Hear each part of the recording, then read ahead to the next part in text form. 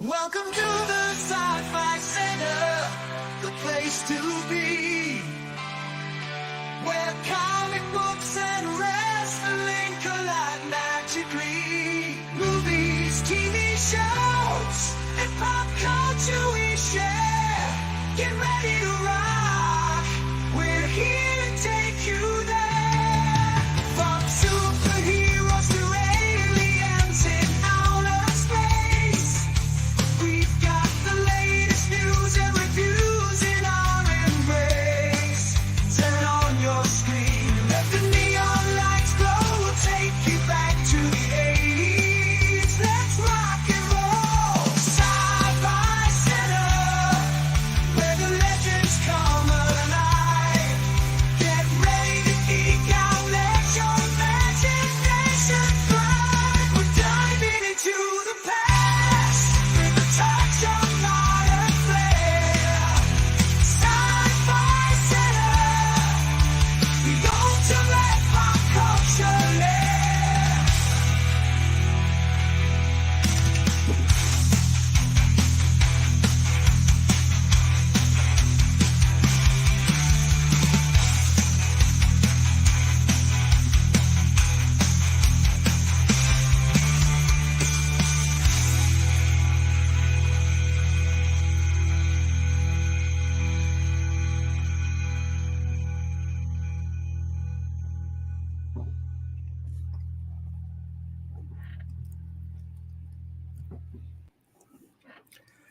I love my country. I'm a patriot. I'm a third generation combat veteran. And I love the meaning of the 4th of July, Independence Day. But I fucking hate this holiday. All right. You can't. Yes, you can fireworks. you can probably hear it on the mic sporadically, but it sounds like literally Beirut 1982 outside. And like I said before, as an ammunition specialist, as someone who had to go through training to handle these things, the type of things that are being launched into the atmosphere today and launched across the street are being like little kids and adults and people who are not specialists. And like I said, I can hear him right now. yeah, my windows are shaking, the house is shaking, and like I said, if your fireworks shake my house, something that is no longer a firework. Those aren't firecrackers. That's ordnance. It's improvised explosives. Yeah. Oh man, that's really cool. Yeah, they stopped around here about an hour ago. Oh, and that's another thing. You spent money on this stuff, and you're gonna do it in the daytime. Why? You can't even see anything. What was just for the sound? I mean, I don't. And then they'll be doing it till 3, 4 o'clock in the morning, and then they'll burn them off tomorrow night. So July 4th, and it's on the weekend too. So it's like I said. I love the barbecues, the free food, and the flags and everything else, but this is just annoying. Yeah, well, I mean, and they've been doing it, around here for me. They started probably about a week and a half ago. I first started. People just started to set off because people, I mean, these days they just dive out early now. So I've been here, I've been doing fireworks, and not like normal 4th, but like to the volume of it on the 4th. But I mean, like nightly, somebody will be setting off a couple. And it just, of course, grows and grows and grows until we, get to tonight. And yeah, of course, that's the big one. And actually, if you, of course, I mean, depending on where you are. Like a lot of places, like the public fireworks display, they'll tend to set off like on the 3rd, which was the case for me. But yes, no. And Aaron, oh yeah, Murphy, he was loving it because I got going crazy right now. Because I got him last August, so that was after the last 4th of July. So it wasn't until recently I discovered, he's he's not too crazy about the fireworks. So and my little emergency report thing is like lost dog, found dog, dogs running crazy. I'm like, of course. By the way, I want to pull up something Aaron shared earlier with it's very appropriate to this evening's watch party, which is of course the timeless sci-fi blockbuster masterpiece that is Independence Day. Of course, we as perfect for every 4th of July. And Aaron posted this earlier. Hold on, I'm posting the link. I forgot to post the link in Patreon. Aaron says, as an Australian, I would like to thank all those brave men and women that fought and beat the aliens for our Independence Day. Thank you. Yes, because that's the day the whole world came together, but also something important to point out about this photo here is that we got them before they took out the Sydney Opera House, and that's important because they took out the White House, they got the Chrysler Building, they got so many other landmarks. Okay, no bastards. Yeah. So these bastards, no, you can't have the Sydney Opera House. You got too much already, so we got them. Also, it's hilarious because oh wow, I'm gonna mute you for a second. The Independence Day website or the Twitter page has been doing live updates, which is hilarious. Oh yeah, so, I've been playing around with that all week. Yeah, it's been reliving the movie and telling you like, oh, the first lady. We regret to inform you the first lady has passed away. I'm like, oh, well, because it's doing it from July 2nd on, like, and giving like the beat for beat, like the ships are arriving, the president is addressing the nation. Then the first attack happened, then the counter strike happens, et cetera, et cetera. So I thought that was kind of cool. Yeah, I love that account. Somebody using Twitter for something that's not bullshit. Yeah. Vince, how's it going, man? Oh, pretty good. We just have our box fan going, so that's probably what you were hearing. Oh yeah. Oh well, it's either you or like I said, I got World War III going on outside the house here. So. Well, you're in Vegas too, so I mean, I'd imagine like they really would just go all out on 4th of July. And it's hot. It was like 114, 115 today. Yeah. We're looking at 120 degrees Sunday. Well, and then the fireworks probably raise it about 10 degrees. Like I said, and they're like within close proximity to the houses and stuff. I'm like, knocking on wood, please don't set my shit off. That's the last thing I need. All right, guys, I put the link into the Patreon. Let's see, who forgot? Hold on, I gotta figure this out. I'm behind today because, like I said, I had a busy day. Yeah. This Twitter account is awesome. I love the Independence Day, like daily. Yeah, bring it up real quick while I do this. Yeah, show me. Go and get that because I was having a lot of fun with it. Like, I saw Film Junkie who was like, he keeps retweeting. Oh yeah. So let me see where, because I did like a whole bunch with it. I was like using gifs from the movie. Damn it, where are you? There you are. Yeah, here it is. It's called ID4 in real time. You hear all the alarms going off because, like I said, that's when your shit sets off car alarms. That means there's concussion. Yeah, what's this news? Yeah, they had a joke there. They said when he gets he has like the telepathic link with the one alien. They said, the message they were sending him was that news and bio. Oh, the one where Brent Spiner's character was headed down to Area 51. Everybody's like, "Oh, that might not be a good idea." Like, yeah. Oh yeah. Oh yeah. I know and they showed one picture of him, and they said it's like, "Oh, this is the guy who's like in charge of like examining the captured alien." It's like, you all trust him, right? And of course, I took the GIF where I said it's like, "Oh, the last 24 hours have been really exciting." Yeah, I love this account. I think they've been around for a while. I think they do this pretty much every leading into every 4th of July. So can't wait to see them do it again next year. Yeah, I'm like I said, I'm glad I have headphones on, but I can still hear everything. So, all right, 4th, everybody, I put the link in the here's, hold on, I got one last person.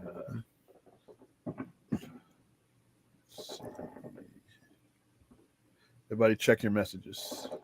Yes, everybody want to join us tonight. Of course, this is going to be we're going to be playing through Vince's chat too. So that's if you don't have the movie on streaming or Blu-ray or whatnot, you can pull that there on Vince's chat, which that's also in Twitter. Or is Twitch, yeah, which is in the chat.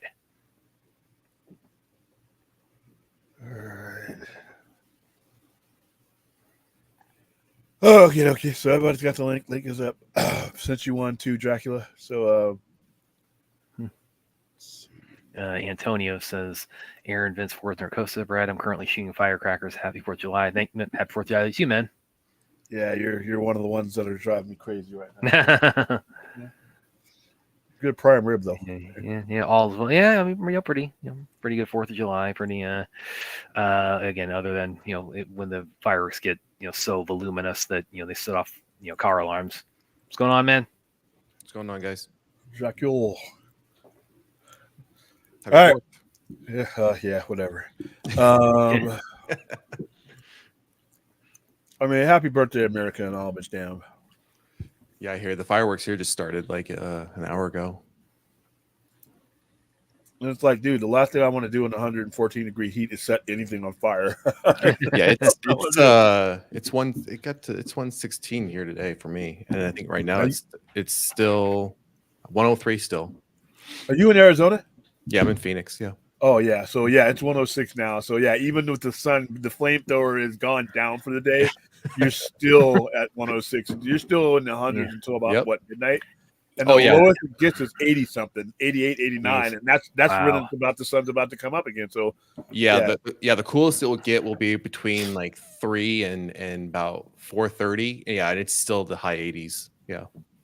And like, my goodness, and like I said, Sunday they're just looking to kill us. Oh yeah, it's supposed to get almost to 120, I think. Yeah, they got us projected at 120. I'm like, well, there goes my Game of Thrones crowd screening, because those people are not going to. And to be honest with you, I understand. I am going to completely understand if the Sci-Fi Center has a shitty weekend, because I'm obligated to be there. Well, I was telling Anthony on a show about a month or so ago, I think it was a couple of years ago, we got up to the highest we got up to was like 124, 125. And the asphalt in a lot of the parking lots was starting to melt. So they were telling a lot of people to stay home because they didn't want people parking in their parking lots because it was them ruining it. That happens out here too. Yeah, that happens out here at about 115, 116. Yeah. So yeah, this is like I said. I grew up in Southern California, in San Bernardino area, so that's the desert. That's literally the other side of this very desert that I'm sitting in and roasting in. But so it's just something you endure. But I the weather in general is just something I'm just fucking sick of. I wish I could control it. Yeah. Because like I said, it would only rain in places where I was not at. Like Vegas, you need your water. Guess what? Not where I'm sitting and living. Everywhere else, you can flood and have animals going up your arc 2x2, but not fucking up my roof, not flooding my damn store, not dripping over my bed and that's everywhere else. Let's flood it. Let's fill up Lake Mead to where you can throw all the bodies in there. Well, that's the problem with Phoenix is it rains for 5 minutes, the whole city floods and shuts down. I mean, it's crazy. It's just we're not set up for it. And like I said, roofing here is like literally La Cosa Nostra, because they know as soon as a drop of rain hits, your roof is going to collapse. Yep. And you have to get it fixed. I can't just let that shit go. Yeah. How's it going, Ruth? Ruth says, happy 4th of July, guys. Love you guys loads. It's 5:15 a.m. here, and I just woke up getting sorted, driving to work this morning, but I'm watching, enjoy the mood. So here, I was thinking about that because that's the problem with like having a watch party for something like this when it's Thursday or Friday, because it's like people internationally, of course, it's just business as usual for them. So unfortunately, it's not a 4-day weekend necessarily for you guys. That's so for the UK. I don't think the UK is celebrating this one today. Yeah. We're not going to go into the reasons why, but. Well, that's the importance of this movie. It's like that's the 4th of July. It was upgraded. It became international, and in this version of reality. So, thanks for dropping in, Ruth, and happy Independence Day to everybody in the Sci-Fi Center chat. All right, guys, let's. I'm ready when you are, Vince. Likewise. All right, I'll get it started.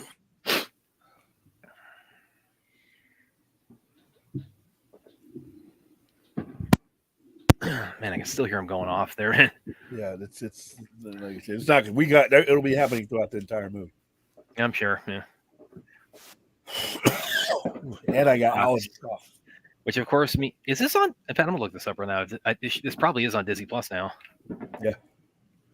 If you look at Disney Plus lately, they're having some pretty not Disney things added there because, of course, they have Fox now, and even they all just general licensing deals. I mean, they have I think they have the Batman on there now. So even it's between like things they don't necessarily have ownership of, but they have licensing agreements or stuff that's very R-rated or what have you. Disney Plus. But they also brought over a lot of the Hulu stuff, and it is on Disney Plus. Yeah, yes, it is. Yeah. And William will love the second one. Is not on Disney Plus. Yeah, well, I heard William's a huge fan of the second one. I like I said, if they ever do, and I think they will eventually get around to doing another one of these, they can't recognize two. They not have any credibility. You won't be able to get people to watch a good one if you recognize that as canon. You just can't, especially if you get Will Smith back in there. You know. Yeah, that sequel was pretty rough to watch through. Well, this I think you're going to say though this is a pretty just the way this opens with like the on the moon and it's by the way, guys, very foreboding too. If obviously spoiler alert, the ship blows up at the end. If something this size blows up in your orbit, which the moon is in our orbit, and this is within this is within the moon's orbit, so yeah, we're kind of. This is Ewok territory. We are not surviving this. And if you look at the energy source that just one of these ships had, you can imagine the energy source that the mothership had. Oh yeah. So yeah, we're gonna have a problem. I remember now he's got a reputation now for being kind of a bit of a killjoy and a teacher's pet. But Neil deGrasse Tyson, I remember one time seeing him at a TED talk or something. It was like about like how we would deal with asteroids, things like that. And he gave this quote that kind of plays on what William was saying, which is that I'm gonna let this play real quick because of course this song was all over the marketing in Independence Day. I pretty much discovered REM through Independence Day. Oh wow! What the hell, dude? That's unfortunate. Yeah. Well, if you're gonna pick a movie to discover them through. Well, yeah. I mean, okay, I'll give you that. All their other hits. that's where I'm going with it. But I was just a little kid when this movie came out. Come on, guys. But I was gonna say I was 12. I wasn't really listening to their music either. Yeah. But going back to Neil deGrasse Tyson. Going back to Neil deGrasse Tyson, this one quote he gave that kind of plays into what. Sorry, I got to stop again. If this is an insanely beautiful woman, I'm hanging up. I've always wanted to answer the phone like that. All these people are still alive, by the way. We can still make a good movie. Yeah. Harvey Keitel. I don't think Harvey Keitel is fast. So yeah, let's. No. But okay, now going back to Neil deGrasse Tyson, it plays into what William said. It's like we in this country, we're great at blowing things up. We're not so great at understanding where the pieces go once we've blown it up. And that, of course, that factors into what William says about how we take out the mothership. And speak on that note. Hello, Aaron. Hello. Can you hear me? Yes. Yep. Wow. We don't have to for the first time. And she said, what is this? Is this light? Is this light? Yeah, it's almost 2:30 here at the moment. PM. Oh yeah. I'm used to you being in pitch dark blackness. Yeah. And Aaron, as I pointed out in your post there, it's like we got them before they took out the Sydney Opera House. She's got her coffee ready too. Yeah. It's like, no, you bastards, you took out the White House, you got the Chrysler Building, all these other landmarks. You are not getting the Sydney Opera House. Well, Brad, you were mentioning about asteroids. Well, we've already figured that out. I mean, Bruce Willis took care of that already. Yeah, exactly. Well, that's totally scientific. Just send him up in a rocket ship and just drill it and split it with a nuclear. And then it just barely misses Earth. No big deal. Yeah. That's the part about it that I'm like, okay, really? Just that thing grazing the atmosphere is going to kill whatever is in that area. Even if it doesn't apparently at NASA, they actually show Armageddon to like incoming like trainees, and the way it works, they show it to them, and the test is like, okay, have them like spot as many scientific inaccuracies as they can. Well, the credits as soon as you start the opening credits, it's pretty much yeah. But that was a fun movie, though. Yeah, I love it too. By the way, one of these generals here, that's like you don't remember that was the dad from the Wonder Years. He was also in Necessary Roughness. Yeah. And this will annoy William. He was also on Smallville. He was the football coach in season 1 of Smallville who gets the fire powers, and Clark has to deal with them. Hey, all 14 people. Yeah, that's right. All 14 people who watched that, go ahead and raise your hands and clap. Yeah. Well, 2 of us are right here, clearly. Me and Aaron. The rest of the other 12 are probably not watching this show. But and by the way, the first lady. First lady. Oh yeah, this is good too. What he says, I have a confession. I'm sleeping next to a young brunette, and he just hands over to his daughter. It's so quotable. It's really so quotable. I guess it's fun for me. Today is election day in the UK. It was. That was yesterday. Didn't go well if you're a conservative. That's all I got to say about that. Yeah. It went really bad. Bye, Runak. Well, yeah. Well, the thing is, now Nigel Farage is being elected now with his party, the Reform Party, which is pretty much the official Conservative Party in there. Yeah. But my mind was like, it's because I can never keep track of like and I really try to. I have a poli-sci degree, but it's like, but mine's like, oh right, there's an election in the UK or in Mexico or in Canada today. It's like, I'm bad with that. Please forgive me, my international friends. Yeah. And November, it's your guys' turn. Oh, thank you for reminding us, because we're really looking forward to that one. Don't worry, next year. Don't worry. Next year, it's Australia and Canada's turn. Okay. I might be there. with you. I don't know. We got a super chat from Chappie. Happy 4th of July, everyone. I would have loved to be there with you. I'm very sleepy from not taking a nap with you. Okay, cool. Look forward to seeing you. Well, we should be on. It's a 2-hour movie, so. Yeah.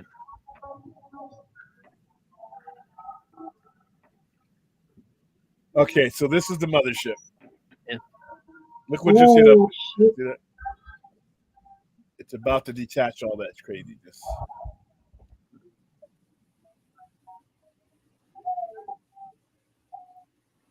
I really love the father-son relationship between Jeff Goldblum and Judd Hirsch. There, it's like and he is hilarious in this. He is like my social security will expire. You'll still be saying that. This relationship always reminds me of me and my dad.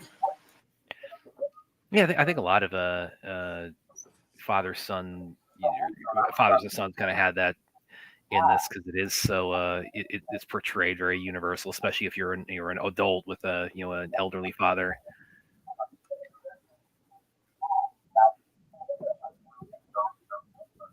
Don't start. Aaron or excuse me, Ruth asked, question for the panel members: who went to the pitches to watch this movie and how many times? I went so many times. I did not, unfortunately, and it might have been because we were moving from Hawaii to the mainland at the time, but I unfortunately did not get to see Independence Day theatrically during its original release. I have since, because they've done re-releases, but I didn't get to see it initially when it was out. So that kind of sucked because it's awesome. I think I watched it once at the theater, but it was at my very local one, which was like one of those smaller ones and stuff. It wasn't like the big big chain ones. Okay, what about you, nerd? I think I saw it twice, if I recall. Yeah, it was definitely twice. I don't think it was any more than that, though. Yeah, well, that's also because it's actually kind of going into the question of the contrasting the release of this to the second one, because the way I describe it was like, I mean, when this came out, like this was summer '96, Independence Day. I mean, the marketing was so crazy for it, and it was it was the second biggest movie ever made to that point. It was only behind Jurassic Park. So Jeff Goldblum was really batting 1,000 with blockbusters. Then you had that. And then 20 years later, the second one comes out, and it's like, it was such a, I mean, you could tell it was DOA. It was such a muted release. I mean, they put no effort into the marketing at all. And of course, the end product wasn't very good either. So, it was a real like night and day difference between when the first one and the second one came out. Well, I think they were just banking. They were banking on the name, I think. Yeah. Yeah, but damn it, the first one literally writes the second one. Yeah.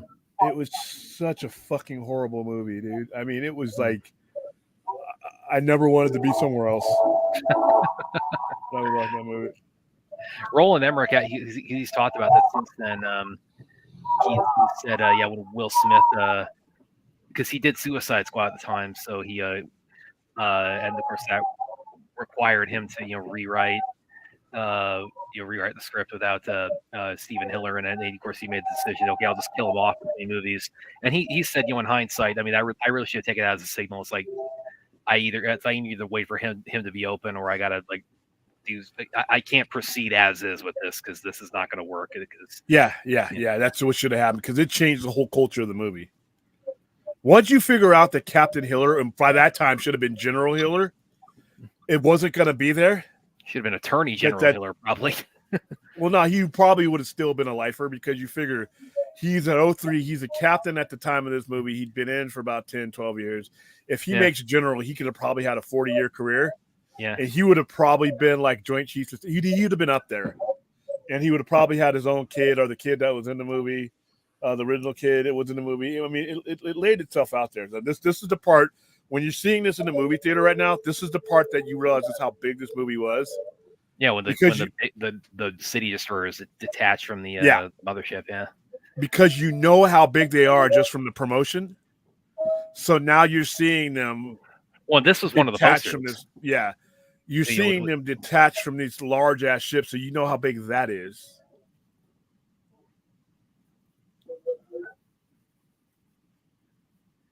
In talking about like what the characters would have gone on to after this, like because again, 96 this was an election year, so and it opens up. It's talking about like Whitmore's. He's kind of an embattled president. He's having trouble getting legislation passed. The media is just giving him a hard time, and then of course with how this ends, it's like, I mean, he had to have run unopposed by that November, because it's like, how do you run against a guy who like personally gets in a plane and helps defeat the alien invaders? It's like, no, I mean, they probably, the election was a formality at that point. They just said, yeah, let's just give it to him. He earned it. I'm getting feedback from somebody.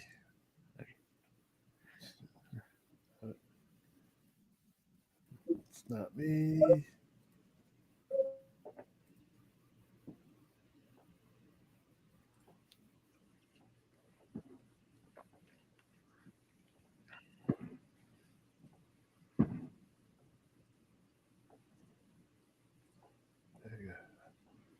Yeah, they might be hearing. Yeah, I think she fixed it. Cool. Let's see.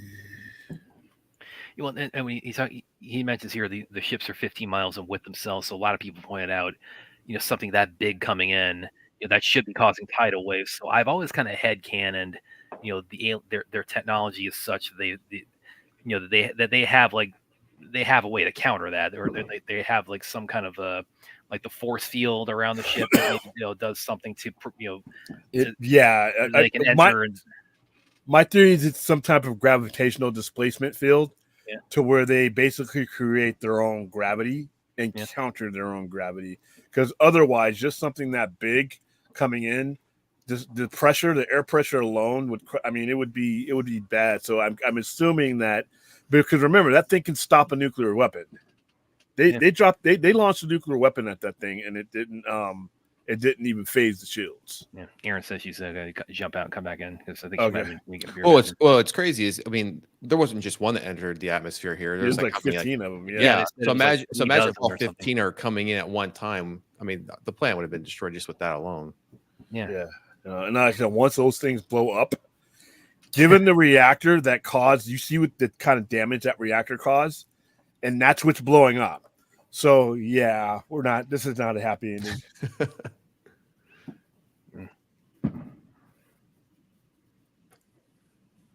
Well, like as William points out,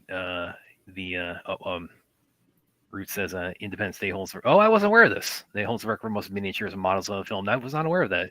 And they're really, really good miniatures and models, because these ships are really, really, really damn good. Especially for 96. Oh yeah. Yeah, well, the budget. What do you think the budget was on this? And we take a guess on what the budget was. Probably between 65 to 75, probably. 72 to 75. Yeah. How much? 75. So yeah, because the sequel was 168 and it only made 239. Yeah, but it's 75. I mean, that's by today's standards. I mean, that's especially for a movie like this, that is dirt cheap. But back then that was a lot back then. That was pretty significant. Yeah. Yeah. Yeah. It's what, 28? Was that 28 years ago? Somewhere. Yeah. 28 years ago. Yeah. I mean, these days, even if you do it the same way today, I mean, you're not getting this for less than 120 million. Because I mean, I think this made like what? 800? Yeah, it did like 816. It was the second biggest movie ever made to that point. Yeah. So again, like as I mentioned, Jeff Goldblum is in this and Jurassic Park, so he's in the two biggest movies of all time. At this time. So Yeah, I was gonna say me and my dad growing up, we didn't have a lot of money to go to the movies, but this was one of them where we were like, yeah, we're definitely seeing this. Yeah. Yeah, and this was viral before viral was a thing because you didn't have widespread internet in 1990. Yeah, this is kind of patient zero for viral. Yeah, we were still dealing with CompuServe and AOL and things like that, but you weren't dealing with like what we have now. When you and your average person was also just dealing with the Thursday and Friday newspaper. Yeah, and look at the TV Guide. Oh my god, or the TV Guide. Yeah, that's what we use. I mean, we use the Thursday Friday newspaper to see if there was going to be something we were going to see on the weekend. On Showtime. The Friday had the weekend section. Remember that? Mm-hmm. Yep. Yeah, the budget was 75 and the box office was 817.4. Yeah. There's a part of me that kind of misses those times, like a little bit more simple. Yeah. I could, well, because I mean, obviously we've, in terms of like how these things are marketed and how we see them and even how we pay for them, it's evolved so much. But there's a trade-off from the simplicity of these days when you like open up the newspaper. Here's the showtimes. And as William points out, by the way, it's like again, you have to, in terms of like how this portrays the presidency and all and things like that. It's like if spaceships are coming in, the president's not staying put in the White House, and he's certainly not staying put when he got his spaceship like hovering right over it. This shit. Once they discover that's in orbit and it's heading for the planet, all world leaders, period, not just America, we're going to the bunkers or we're going to location 0. And it's a place where something happens and nobody knows where it is. It's kept secret in case of contingency plans. So that's where that person's going. And like I said, the the president of anywhere, any world leader is going to have a place where they go if something, because they don't know if it's hostile or not. And they damn sure wouldn't have been waiting until the thing is literally hovering over the White House. Well, that's not going to happen. And that's why when you get to the people in LA who are on top of the building and just partying, it's like, I mean, I would have at least waited a little to see if they're going to blast us or not before I throw out the red carpet for them. That building, I remember growing up when that building was being built in LA. That was at the time the first interstate building. Now it's like the bank, something building. But it's the tallest building in downtown LA. Believe it or not, the Bradbury building, which is where Blade Runner is right in that general area as well. So I'm going to mute you, Aaron, unless you need to talk. You just unmute yourself, all right? Okay, yeah, sure. Okay. Gotcha. And I got you. Ruth points out the script was written in 4 weeks. Dean Devlin, Roland Emmerich penned the script in 4 weeks. It was sent out on a Thursday. They started feeling the offers the next day by Monday in production. Yeah.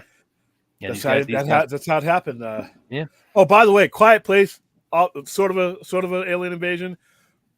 Yeah. I still got a Quiet Place medical bags for you guys to pick up for you locals. It's going to be on streaming by the end of the month. Yeah, I saw that. John Campia that is lost his shit. Yeah. And I'm like, here we go, a cinephile that's upset. You're killing the theaters. And he made a good point that, it may not, hurt, things down the line, but what it's hurting is people like now are going to say, well, if it's going to be on streaming in 3 or 4 weeks, then why do I need to go see it now? But here's the thing, though. People who want to see the majority of these movies are going to go see these movies. People who wanted to go see Dune when they released the day and day went to see Dune.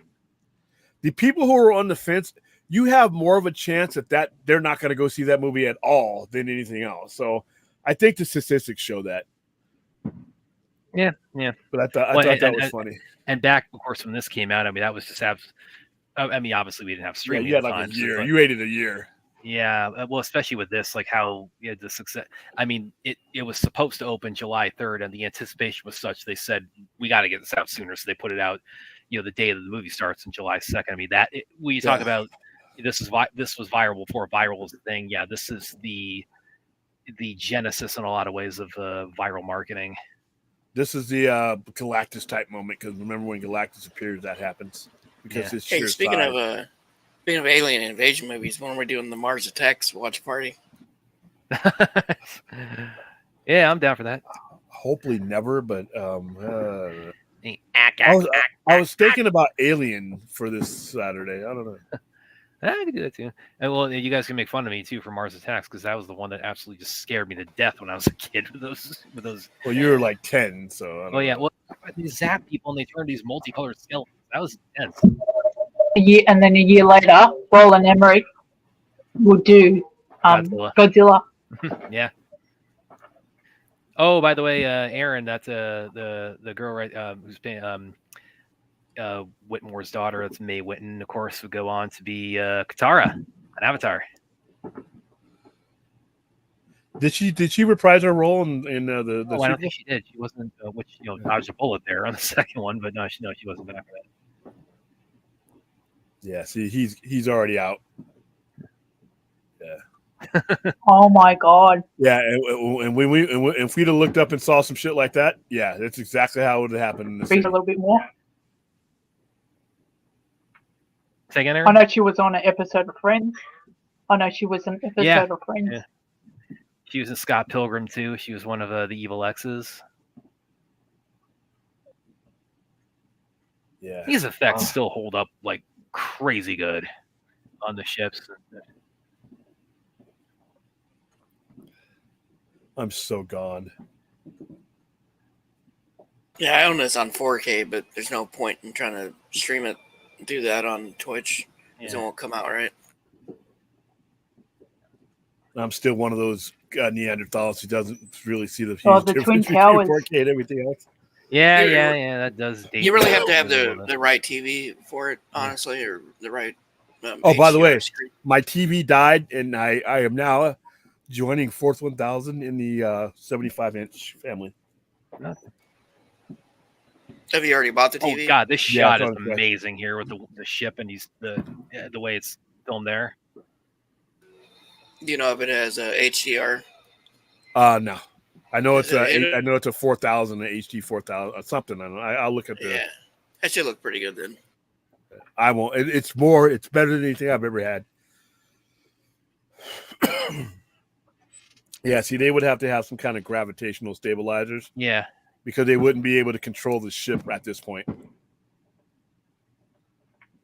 Yeah, and the thing about it is too, when you look at the ships hovering over the cities, kind of in relation to the architecture, there's a lot of perspective effect that that kind of kicks in because it looks, look at like when it's over the White House, it looks like it's like just 10 feet over the White House, but of course it can't because it's over the Washington Monument, so it has to be like a few hundred feet above everything. And you have to realize that as soon as anything positions itself over the White House, yeah, they're gone. The world has to assume that it's hostile because that's a strategic point. Well, and then you look at the center of it, it looks like where a weapon would come out of. Yeah.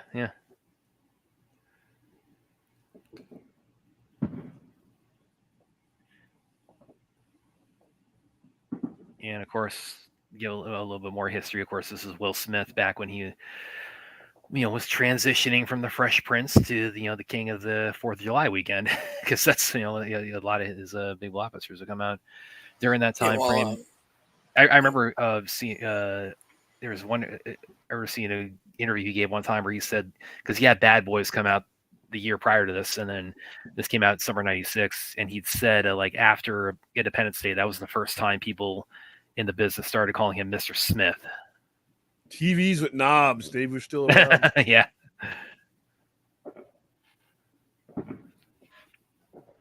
I would have him reprise his role, or at least his character. Yeah. I know he did it in. I just can't refer to that movie. I just can't even think about that movie without. That was a good idea, having the kid grow up to become a fighter pilot himself. Following his adoptive father's footsteps. Horrible movie. Yeah. There are good ideas in Independence Day. Really, the best idea, I think, is that the idea of that some of the aliens survive when the ships crash, and so we're engaging with them in guerrilla warfare, like it's some of the Congo and places like that. That's a much better idea for the second Independence Day. We've won, but there's still like pockets of survivors of the invaders, and so now we're fighting them in a guerrilla warfare. And we see Will Smith holding an old version of Google in his hand. An old version of Google in his hand. Yeah, I never watched the internet. Question: was Roland Emmerich involved in the second one? Yes, he was. Yeah, unfortunately. Yeah, he wrote, directed it. Yeah, and that's pretty much what he said too. He has since said, yeah, that did not. Yeah, he has since come out and said, yeah, that did not go at all like I'd planned. And he said, yeah, once Will Smith backed out, that he should have taken that as an indicator, like, yeah, I need to either, I can't proceed with this in its current form, because Will Smith backing out, it's like that should have been the signal. Yeah, this is a no go. I love that line too. Why did I just send my mother to Atlanta?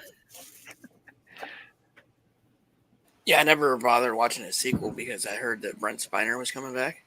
Yeah. As much as I love Brent Spiner, that told me exactly what I needed to know about the sequel. Yeah, well, because that was because when we get to that point, I mean, the movie is pretty clearly telling you he died, and the sequel says no, he just was in a coma for 20 years.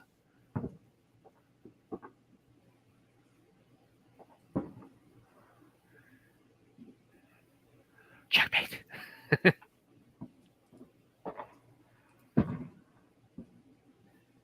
It's also. I loved this actor. Harvey Weinstein. No, in Mrs. Doubtfire. Yeah, it's Robin Williams' brother. Yeah, he's hilarious in that, where they're making the mask and.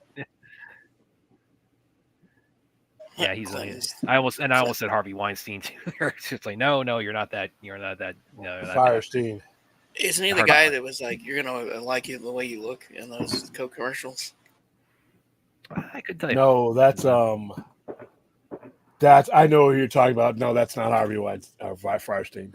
Yeah, I'm wondering how much he has to deal with that now. Like people like Freudian slipping Weinstein's name into his because they sound kind of similar. I feel bad for that if that's happening to him. Okay. I mean, I'm glad somebody did. I just thought it was a horrible movie. It's cool that Clint's talking from the Twitch though. That's not Clint. That's my local customers. Oh, okay. Sorry. Yeah, Clint's not on Twitch. Well, and one thing I've kind of pondered and I've asked people, it's sort of similar when I asked like which Keanu Reeves character is more iconic? Is it Neo or is it John Wick? And with this, I have a similar thing. It's like which Jeff Goldblum's character is more? Is it Ian Malcolm or David Levinson? I think you could probably make a case for Malcolm purely based on the fact that the sequel just was so bad that so we get like one good one with David Levinson versus several with them. I mean, your mileage may vary on the Jurassic Park sequels. I mean, I like them, but a little bit more mixed. I just the whole franchise of Jurassic Park, I just never got into. I tried them. I tried the first two, and after that, I tapped out. Not bad movies. They just didn't connect with me. Yeah, I watched the first three, and I thought they were good, but I never really seen. Jurassic Park inspired a generation of paleontologists. Yeah. So that's why I kind of ponder like if you're picking like which Jeff Goldblum character is more iconic, is it Ian Malcolm or David Levinson? And I think it's like you can make an argument either way because they're both very iconic in their own individual ways. They're very similar, because they're both the science geek, chaos theory characters are telling everybody, this is about to go south. Let's prepare. And don't forget, when it comes to Keanu Reeves, don't forget Ted. Yeah. I agree. Yeah. Now he's selling apartments and houses. And some of those commercials are actually kind of funny. The alien ones, like what are they saying? Like they're looking for a place to live. Anybody can speak that language. Yeah, he says I guess we're gonna need more than a 2-bedroom because of how big they are or whatever. And say what you will about the Godzilla movie that Emmerich did after this. That has some pretty awesome marketing. I mean, it had like the Taco Bell commercials with the Chihuahua saying "I need a bigger box," or it's like Godzilla's carrying. Oh, Taco Bell, yeah. To the drive-in, it's like, Godzilla, you want something to drink? I actually had one of those little talking Chihuahuas that had you press the button and it would say like quotes from the commercials for Godzilla. I still have some of those things.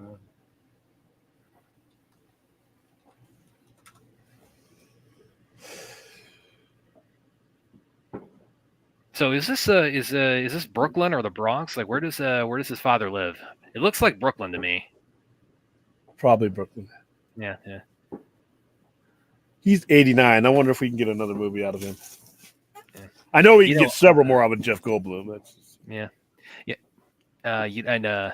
anybody hasn't seen Judd Hirsch, he's also probably one of my favorite Draculas because he was when I was a kid. What'd you say? He's one of my favorite Draculas because he's when I was a kid. Oh God. Well, the reason I said he was in when I was a kid, I saw this thing. It was a Disney Channel special. It's called The Halloween That Almost Wasn't. If anybody's seen that, yeah, it's really hilarious. He's Dracula in that, so it's like a half-hour Disney Channel kind of Halloween special, and I really dug that. So that's where I first saw him before this.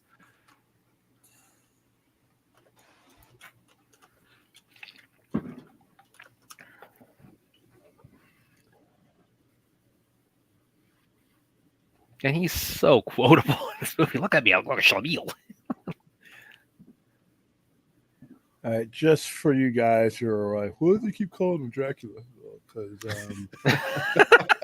yeah, you gotta. I mean, that's him right there. That's Nerd Cozen. I mean, practically, yeah. I mean, I don't think you can. I just need the clothing. I like his suit. Yeah. Oh, earlier I was also going to say that this movie also has another place in my heart because of I used to play the PlayStation 1 game for this. For really Defense Day? Oh yeah, that was a good game. I remember. Yeah, that was really fun. And by the way, a little personal plug. I had also interviewed about a year ago. I did get to interview Gary Oldman for what's that show he's on? I can't remember the name of it now.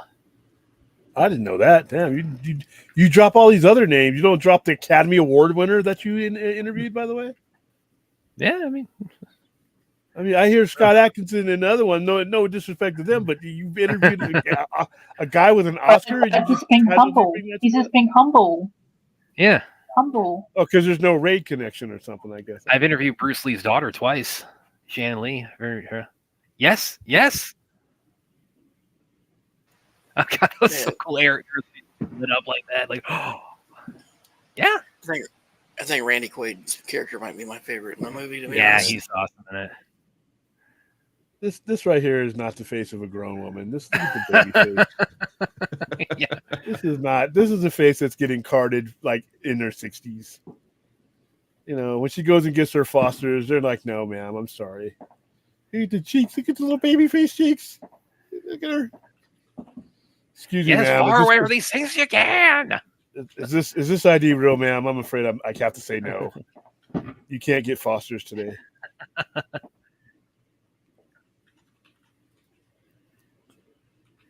Yeah, big fish to fry, believe you me. Yeah, Slow Horses. That's what it was. It was a show that guy was actually a real. That guy's actually a real dude in LA. He's a real newscaster, Carlos Ortiz. Oh, the guy telling people not to shoot their guns at the spaceships. Yeah. Oh, well, who wouldn't?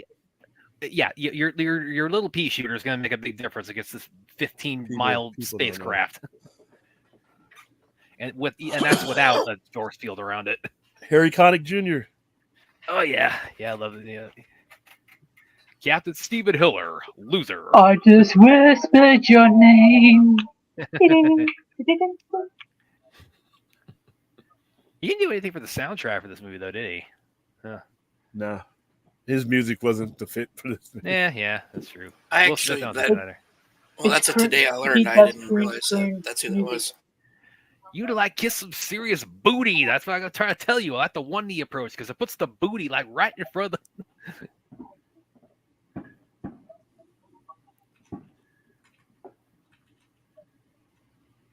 Actually, I don't know if this joke would fly as well today since gay marriage has been legalized. You know what's interesting? Yeah. During that time, there was Don't Ask, Don't Tell. There was what? Yeah, don't ask. During that time, it was Don't ask, that's right. Don't Yeah. tell. The compromise. So they could have been kicked out. Yeah. Well, I mean, it's like we got aliens, so it's like it's like I don't think anybody. That's like that's not. Yeah, Yeah, Dumbest- that's not dumbest, something dumbest, that would. dumbest fucking thing we ever did. Yeah. And I'm glad it's gone simply because we spent millions. I knew guys who got chaptered out. They spent Oh, really? millions. We had interpreters that they spent millions on their education, millions.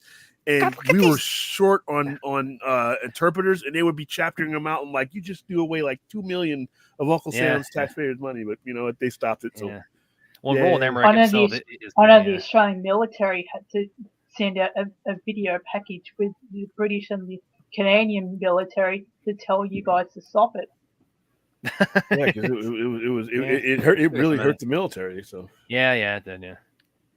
God, I just can't get my head around the people on top of the building there. It's like with the signs and especially in LA. LA, we're just not. I'm sorry. I hope they bring back Elvis. I was about to quote that. Yeah, we are not LA. We're like, it's hovering over where we're not there. That's where we're not. Wherever we're not, nah. We can watch that shit from TV or from a distance. Trust me, we would have had that city evacuated, man. Especially the inner city. We'd have been paranoid. Fuck that. I love how Fun's pointing out the best scenes. Yeah, well, you just came in, man. Yeah. Oh, yeah. Well, sort of a pseudo. What was this? This was PG-13, so you're not going to Yeah, see it is. Sorry. Oh, he keeps her portable phone listed for emergencies. Oh, it's been a long time since 1996, hasn't it? Yeah, because most of us didn't have cell phones. Well, and when you did, they were like this damn big. All right, they were like this. All right, he's using a car phone. And they had an antenna that was like that long on it. Yep. I was gonna say by '96 they had a little bit of a smaller one. They weren't quite as big as the. Remember those Nokia flips? Oh my goodness! Oh, that's one of the best jokes of Zoolander when he pulls out his cell phone. It's like the size of a dime, and he flips it open like that.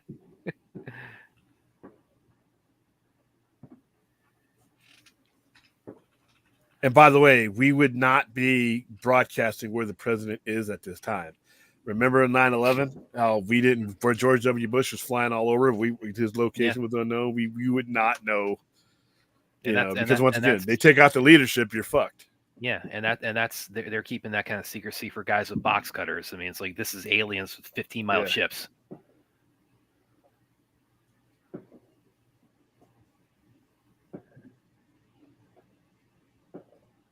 Yeah, we're already gone. Everybody's out. The Senate and the House are all put in bunkers, chain of succession.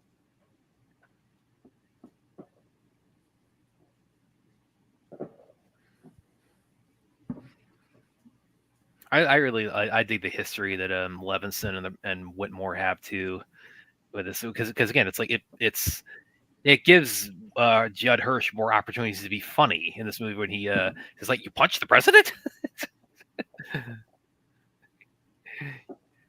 Yeah, I've always had a respect for actors that can be funny, but they're not really intending necessarily to be. Yeah. So it's more natural, I guess. Look like a schlemiel.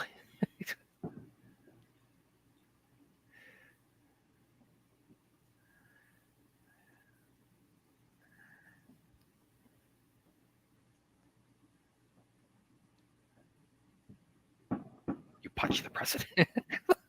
I just something about that line. I just love that line. Oh, Vince is like, depends on the president. We don't get the politics on here, guys. We don't. Well, I meant that more of like if you have a JFK in there who served or whatever. Yeah, that's true.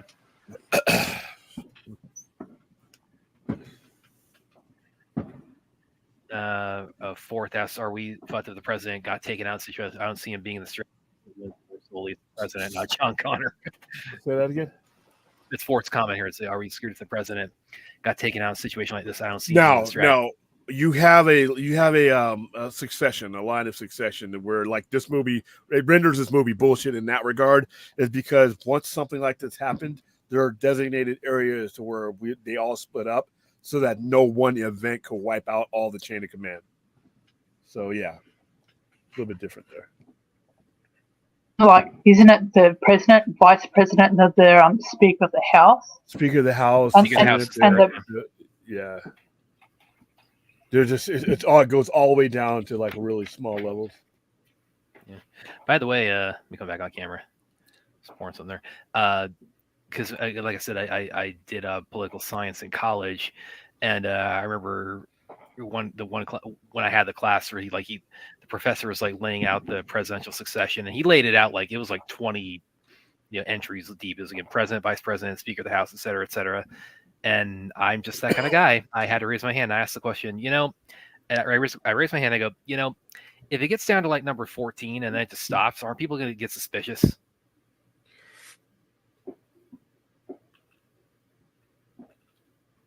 You just thought. I remember seeing this in theater. I was blown away just by this. What happens to this helicopter? Well, Brett, I hope it get down to number 14 because that's the Secretary of Transportation. So I hope that doesn't happen. What was that, Aaron? In Australia, we are it's the Prime Minister, Deputy Prime Minister, then the Minister of Defence, and it goes all the other ministers after that. Yeah, but that was my question. Is like if it gets down to like a certain level and then just nobody keeps getting assassinated, aren't people going to start putting connecting the dots on that? I'm just saying. But yeah, Root says the build-up and advertising pre-release. Yes, it was. Like I said, it was like you look back on like how this was marketed and how it was played throughout the summer. Independence Day. I mean, like it was summer '96.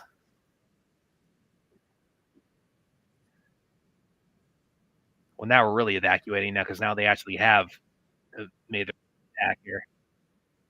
I know they say Jaws was like the first real like blockbuster. Yeah. But I think this one had a lot. It contributed to that a lot as well. Yeah. So definitely, yeah. How did my professor respond? Well, that got it was like a chuckle moment in the class, and then they were like, and people kind of because I mean that's never happened before. Where like we've had like 10 assassinations as we get down. By the way, these motherfuckers are not moving fast enough. I'm sorry. We're running. We're taking the shoes off, the heels off. We're running. Yeah. But I know. When they do like the State of the Union address, there's always a designated survivor where it's a lottery system, and one person can't go to it because if everybody goes in that one area, he or she's the president. Kiefer Sutherland actually started a show about that. Yeah. But going back to your question, Mighty Rax, yeah, people just kind of laughed in there and said, he said, well, I mean, yeah, people that might raise some eyebrows because again, it's a hypothetical because it's never happened. But I just, the kind of guy who thought, yeah, you lay out this many entries in the line of succession, and I think, yeah, if you get that deep and then people stop dying, I mean, it's like, aren't you kind of like does that kind of give the game away about your assassination plot? Whoever's the last one there. The likelihood that you would get beyond one person is almost yeah, that is true. Yeah, there are countermeasures in place when something happens to any one of those people in the chain of command for that exact same reason. So because we haven't even had that many like successful presidential assassinations. I mean, you've only had what? We've had Kennedy. We've had Lincoln. Who else? Cleveland.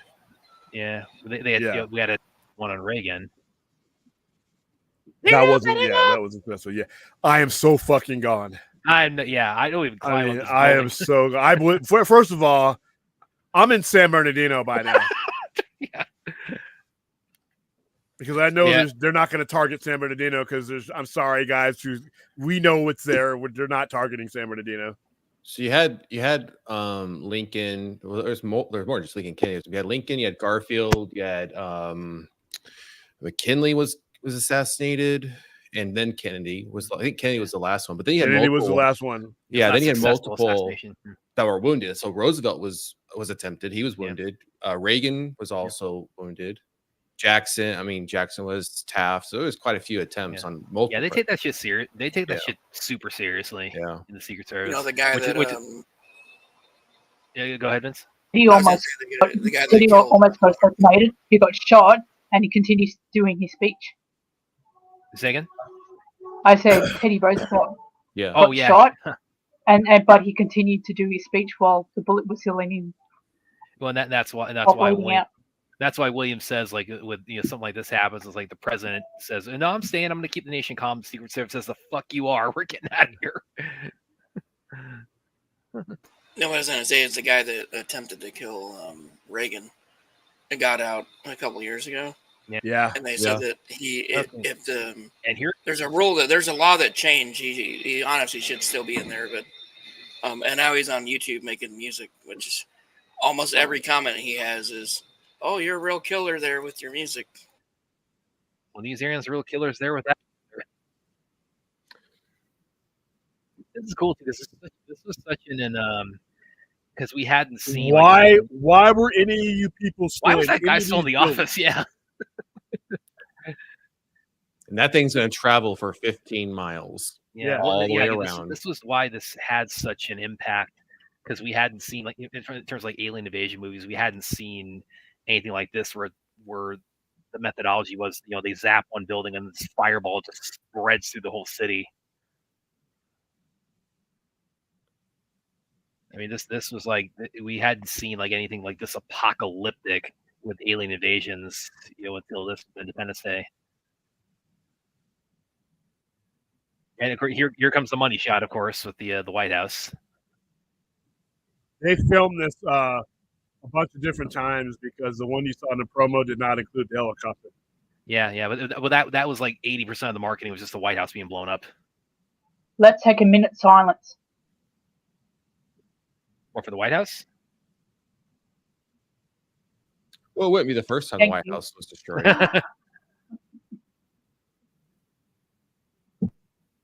Oh yeah, that's pretty.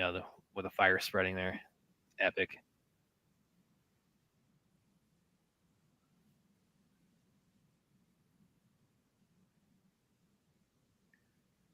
Yeah, there goes the Capitol. Oh yeah, this is also you gotta let science slide here, because when Air Force One gets away and the fire is like that close to it, it's like, no, that it doesn't have to be that actually make contact to roast the plane.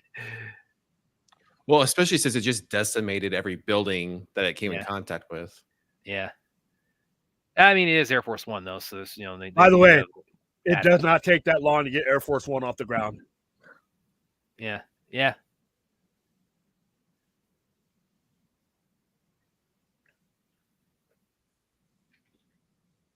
Yeah, how did they do? I'm still amazed, like, how they did a lot of this back in '96 with the city being destroyed, because they do a real symbiosis of the like CGI and like just. And I'm sorry, the LA tunnel is not where I'm going to be with these things covering.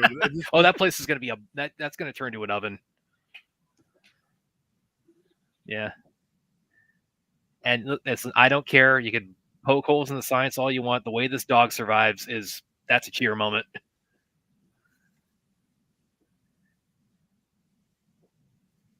The special effects still holds up today.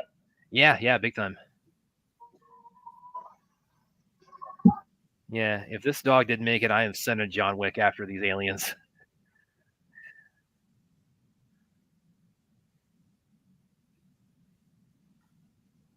And that dog, I'm sorry, that dog is going to be gone before the humans are. I don't care. The dog would have beat you to whatever the refuge. It doesn't matter. He beat science. Okay, he beat science. Well, no.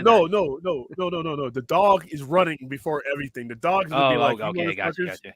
You want to stick around for this? I got a bad feeling. I'm gone. You can find me later. Okay. By the way, real quick, because I had an article I did on Screen Rant a while back about this, or about this shot here with New York destroyed, and it's dawn there. It's dawn of July 3rd, and you can see the kind of main portal, or where the laser cannon comes out of.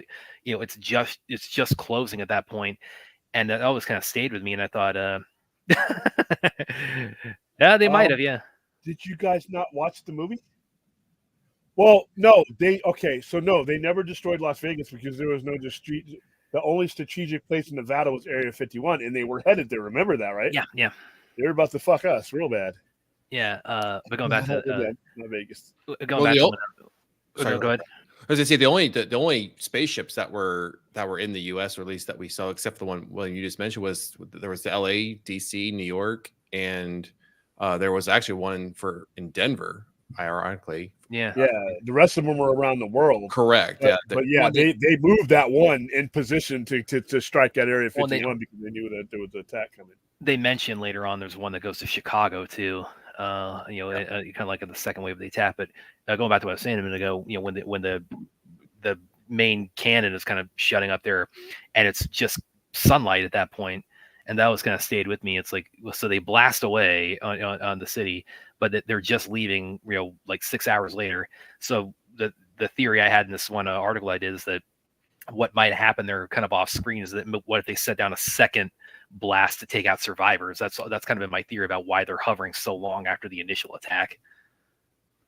Well, and the one thing they don't even mention, because I never saw the sequel, so they may mention the sequel, I just know, but that cannon's also their excavating tool to mine resources out of whatever planet they're attacking. Yeah, I've always wondered if they would even bother attacking here in the St. Louis area. We used to have like McDonnell Douglas, but it moved off. Well, like one thing I remember William had mentioned on here before is like, another aside from like strategic, the strategic side, like taking out DC and LA and like all the major they're attacking so many landmarks because the idea of that is also to break our spirit. When they initially invade us. Yeah, we just pretend that resurgence didn't happen. Yeah, like I said, dogs are brave and we love dogs, but dogs are also smarter than humans when it comes to they're leading. I mean, they're going nuts about the fireworks. I mean, this is like a nuclear attack. And the kids carrying around fireworks. Backpack.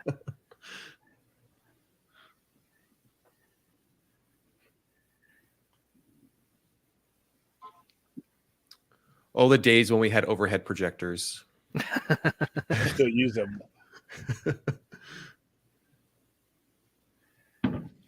You knew if your teacher was rolling that in, it was going to be a long day. Oh yeah. RJ asks like, how did they know to destroy our landmarks? Well, again, as William had said, previously, that's also it's strategic, and then they're trying to break our spirit with their first attack, but also. Like that's why when they abduct Russell Case in the beginning, they've been researching us, for like 10 years prior. So they know exactly like, where to hit us and what's going to like really cripple us, from their first wave. Question. Yep. In a case like this, what would the army do? What would the army do? Yeah. Does the army do? Everything else. We're going to have the missile support. We're going to have the anti-aircraft. I mean, not that it would have been until we get the virus loaded up. No, what we would have done is they would have entered into the cities and started evacuating the cities and triage and things like that, establishing temporary areas, creating strategic bases far away from there. Yeah, they would have done everything that you're seeing here, but on a much larger scale and on a ground level. All your armored divisions will be in place, and they would be basically preparing for a ground invasion because we would automatically assume that was the prelude to a ground invasion. So, because once they wiped out the air assets, What would the Navy do in this situation? The Navy would be doing exactly what the Marines are doing, providing air support and providing air support from the ships. And basically, moving the Marines around and mobilizing them. But since this was an air attack initially, that's where your first waves would come from. The Air Force, the Navy, Marines, air elements would be mounting the very first counteroffensive, like you see here in this movie. But the Army would basically assume, and everybody would assume that they're going to land. They're going to have a landing force. So that's what we would have been prepared for. And now we got the Space Force. Oh, yeah. There you go. Aaron. God. We already had the Space Force, but we call it the Air Force, but I don't know. Yeah, that's kind of silly. Aaron is so optimistic. We have the Space Force on Netflix deserved a second season.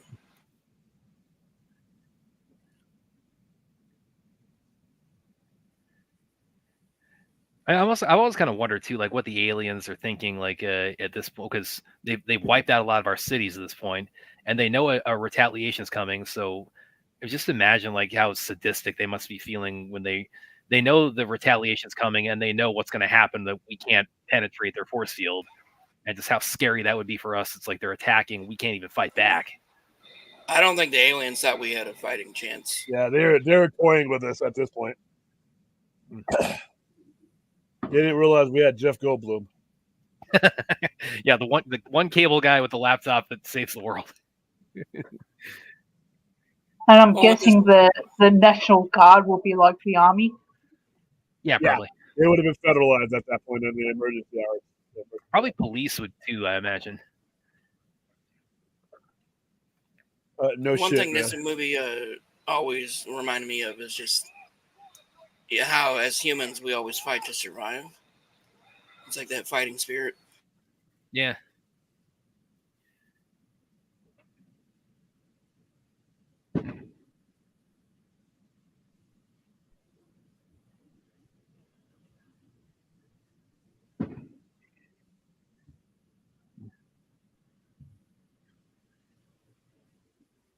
This is a great line coming up. You did not shoot that green shit at me.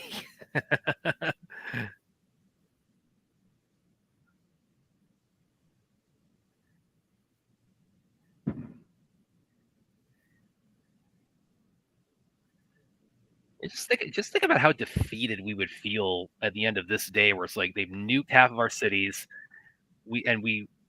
Everything we try to fight back is it's just an exercise of futility.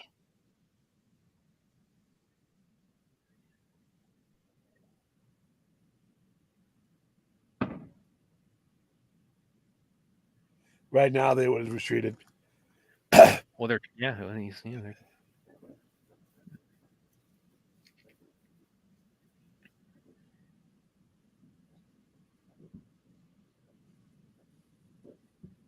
Hey, William, you got a question in the chat. Oh, is the one from Ruth? Yep. This weekend. I'm not sure. I'm thinking Alien,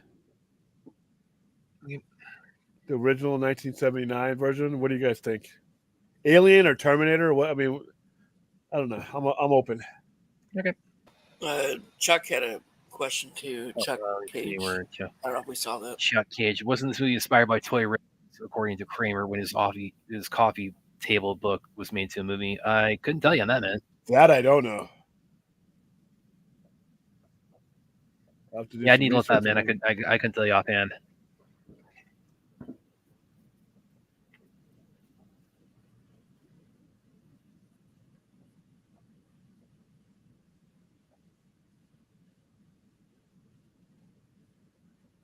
Isn't this really where we need Maverick and Iceman? Yeah, there's just nothing you can do in a. Oh, I know. No, I know. But it's Maverick. I mean, come on.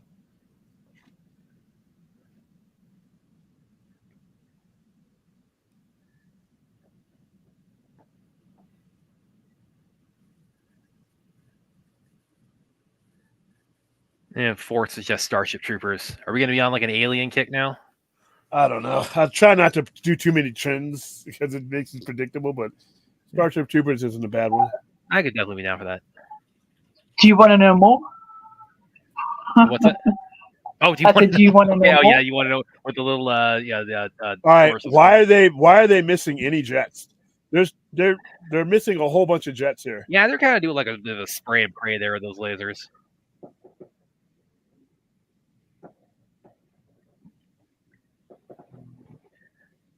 That was supposed to be El Toro, wasn't it? Yeah, that's the base he's from, El Toro. Is that a real base, William? Yes. That's a real Air Force base? Uh-huh. Or Marine base? Okay. I was actually kind of annoyed in Captain Marvel when they had the canyon chaser. Like, oh, this is such an Independence Day knockoff here. And it's like, you're not good enough to knock off Independence Day. This one, I'm sorry, the Captain Marvel not. Yeah, my dad always got a kick out of that part of the movie because my dad was a Marine and actually worked as an aircraft inspector and was at that base, a long time ago.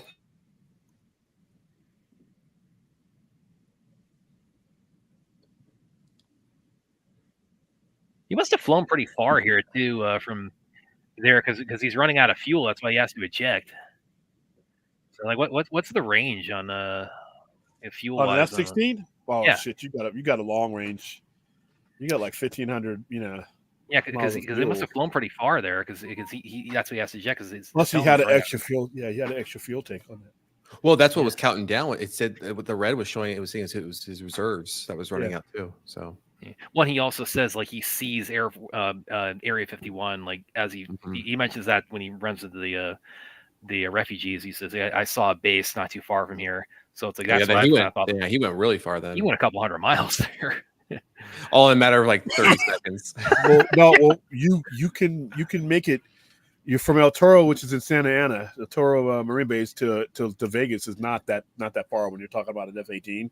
It can make it there within I think a half hour most, and they were flying for quite a while. They had to fly to a certain point to get to him. Just a quick question: if people are watching on Twitch, does it look fine? Yeah, it's fine. Yeah. That's good. OBS came up and it gave me a little bit of an error. So Pow. Welcome to Earth. I was using this quote tweet too on like the Independence Day in real time Twitter. I use that with like, oh, Captain Hiller, like he captured one of the aliens and he punched his lights out and said that's what I call a close encounter. I was having a lot of fun with that.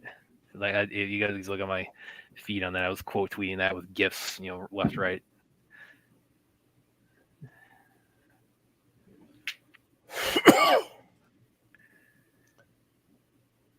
I admit it is awful nice of this truck driver to leave his keys right up there in the visor. Oh, he yeah, he got out of there. It's like he probably got he's one of the smart ones that's still alive. It's the same thing actually in Terminator 2 when they get the station wagon at the abandoned gas station. It's like people, people in movies, they just do that. Just leave their keys there. It's like, hey, anybody needs a car? Here you go.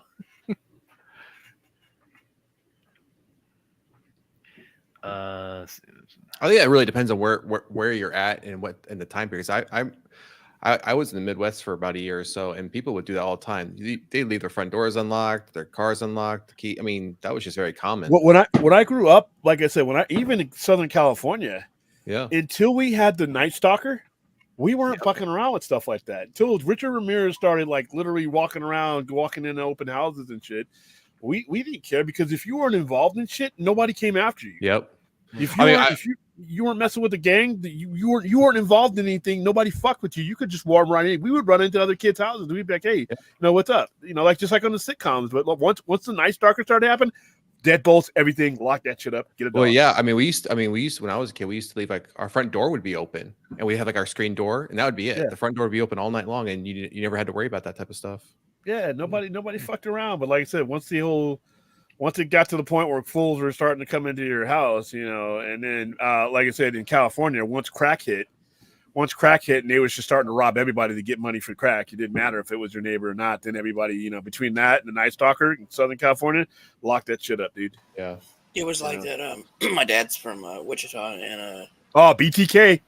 When BTK hit, people were like, nope, enough of that. And that was a sadistic mofo right there. Yeah. I obviously something was wrong with me, and you all know by now that I'm fascinated by serial killers. Yeah. He is the ultimate fascination. I remember I was deployed when he got caught, and I was studying that case, and I'm like, they're never going to catch this guy. And then he's so stupid and gets caught the way he gets caught. I'm like, no way, man. Well, wasn't his daughter? They subpoenaed her pap smear or something like that. Yeah. Well, he gave him a disc. He gave him a floppy and asked him if they could trace it, and they said no because they wanted to catch him. And he's okay. I trust you guys. You dummy. Oh wow! How did you be so smart to stay around for 30 years? Yeah. He kept sending shit to the Wichita Eagle or Beacon or something like that. Of course they were gonna catch you. Scooby-Doo villains try harder than that. Well, up in Area 51, you do that, now you did nothing. I'm just glad we got Barry Sanders from Wichita to offset BTK as far as famous people. Yeah.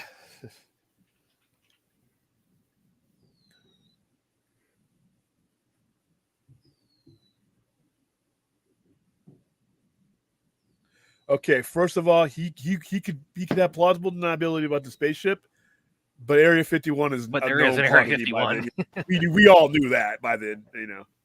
Well, I always love that part though. That's not entirely Entirely accurate. accurate. I've quoted that a few times. Yeah. I mean, but I mean, Really, at some point, I mean, really this guy, shows you that the president doesn't know everything. Which, by the way, is impossible. Yeah. When it comes to that, the president of the United States determines the classification of all information, so he would have known. But it's Hollywood. I'm okay. I'm okay. But That's US what the title Commander in Chief is, right? Yeah. But US He can actually declassify if he wanted. If the president wanted to declassify information about Area 51, there's a process he has to go through, but he can't do that. Well, you know what movie they more accurately portray a president is National Treasure 2. Or was that Bruce? I forgot who played him in that. I thought that was pretty well done. Or was that I think it was Nicolas Cage, wasn't it? Yeah, well, I meant the president. I think it was Bruce Greenwood or something like that. Okay, no, he's coming up here. He's dragging. This is, of course, the funniest scene of the movie.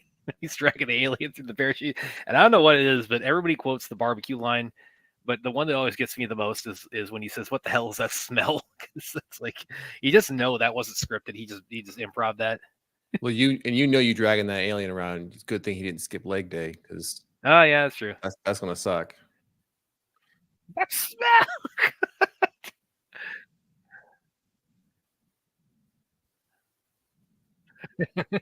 Or how they, well, I hate spoiling anything, so I'll shut up. Ryan, Dad, it's all right. That is all right. I think he has sunglasses too out there in that desert because that is bright as hell out there. All I'm gonna say is that scene coming up where they ask for his ID. Oh yeah, and he pulls open the parachute. It's like, okay, you want more clearance than that?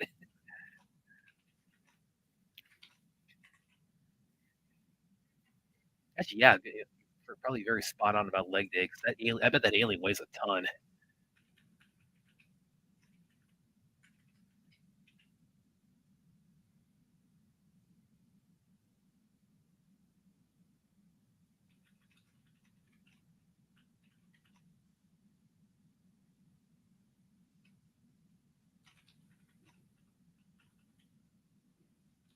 Yeah, that's what I was getting at earlier. It's like he must have flown a pretty good distance, but he sees Area 51, and of course they're close to LA when they have the dogfight initially. So they flew that alien chased them pretty good.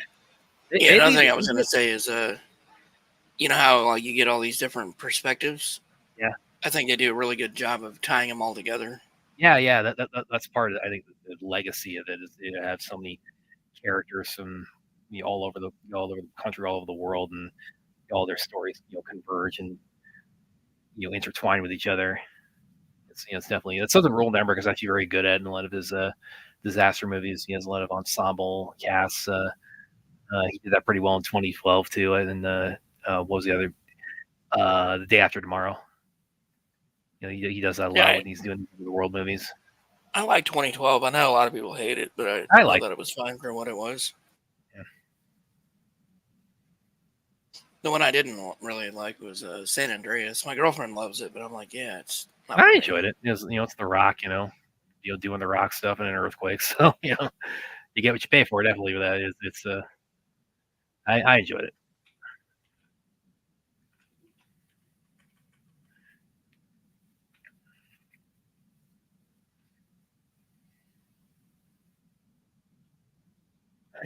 They may drive $80,000 for a hammer, $20,000 on a toilet seat, do you? Yeah, he's got a good point. He's hilarious. I love that guy. The different governments around the world have black budgets. Have what? Different governments around the world have black budgets. Yeah. So you're talking about they have like budgets where we don't know what it's allocated to? Yeah. Yeah, that makes sense. Australia has it. You have it. Yeah, that makes sense. Well, it's not even so much black budgets. I mean, if we just look at our budget now and some of the things money gets allocated to, it makes no sense. Oh, yeah. As far as the cost. So it makes you really wonder then where is that money going? Oh, $20,000 for a hammer. Yep. Okay. They released Exactly. $30,000 for a hammer, $30,000 for a toilet seat. Maybe that's where all that money is really going after all. It's like it's all going to that Area 51. They just won't tell us. You know, you said a movie scared you in theater earlier, Brad. Yeah, Mars Attack. Yeah, there's a scene. You know, the scene where they cut up an alien. Yeah. I swear I jumped like 5 rows back in my Oh, you're talking about this one? seat. Yeah, in this one. Oh, and I was this like one, 12 though. Oh, and this one, that's like a straight up horror movie scene when they do the alien dissection, and then it wakes up and it attacks all of them. That's right. That's the moment that this really gets scary when they have like a direct encounter with one of the aliens. And it still gets to me if I'm rewatching it, but I'm not really like super focused on that scene. And I look at it, and it still gets me. I mean, it's like with the lights flickering and the tentacles going all over the place. Yeah.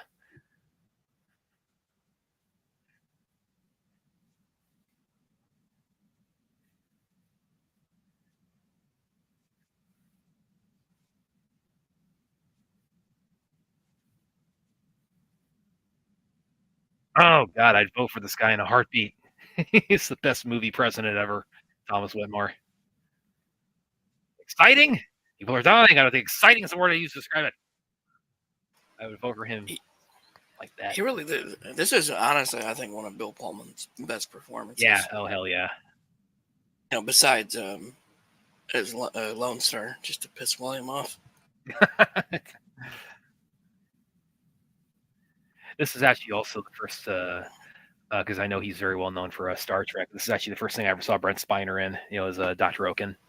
So if you really want to see something that he's really funny in, is the original Night Court and the revival. He plays a character named Mr. Wheeling. I forgot the character's first name, but he basically plays a podunk guy from West Virginia, and it's him and his family are hilarious in it.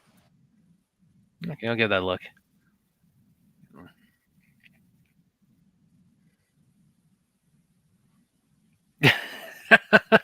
Yes, he wants to do Where's My Car. I think he's one of those guys like when they get captured by like the ostrich rancher. He said, "Dude, Where's My Car too?" Oh, William's gonna love that comment. He's also really funny to follow on Twitter. Brent Spiner, yeah, he is. Yeah. One day he's like, "Yeah, I got turned down for a role in Zombie Strippers from Uranus."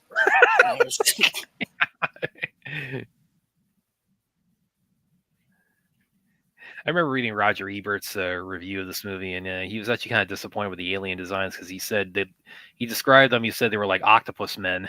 So. I mean, I know this is a little in depth for this, maybe a little too deep for this movie. My issue is with some of the people in this scene. Yeah, they knew. I mean, they obviously knew about the aliens. They knew about the technology. They knew about the shields.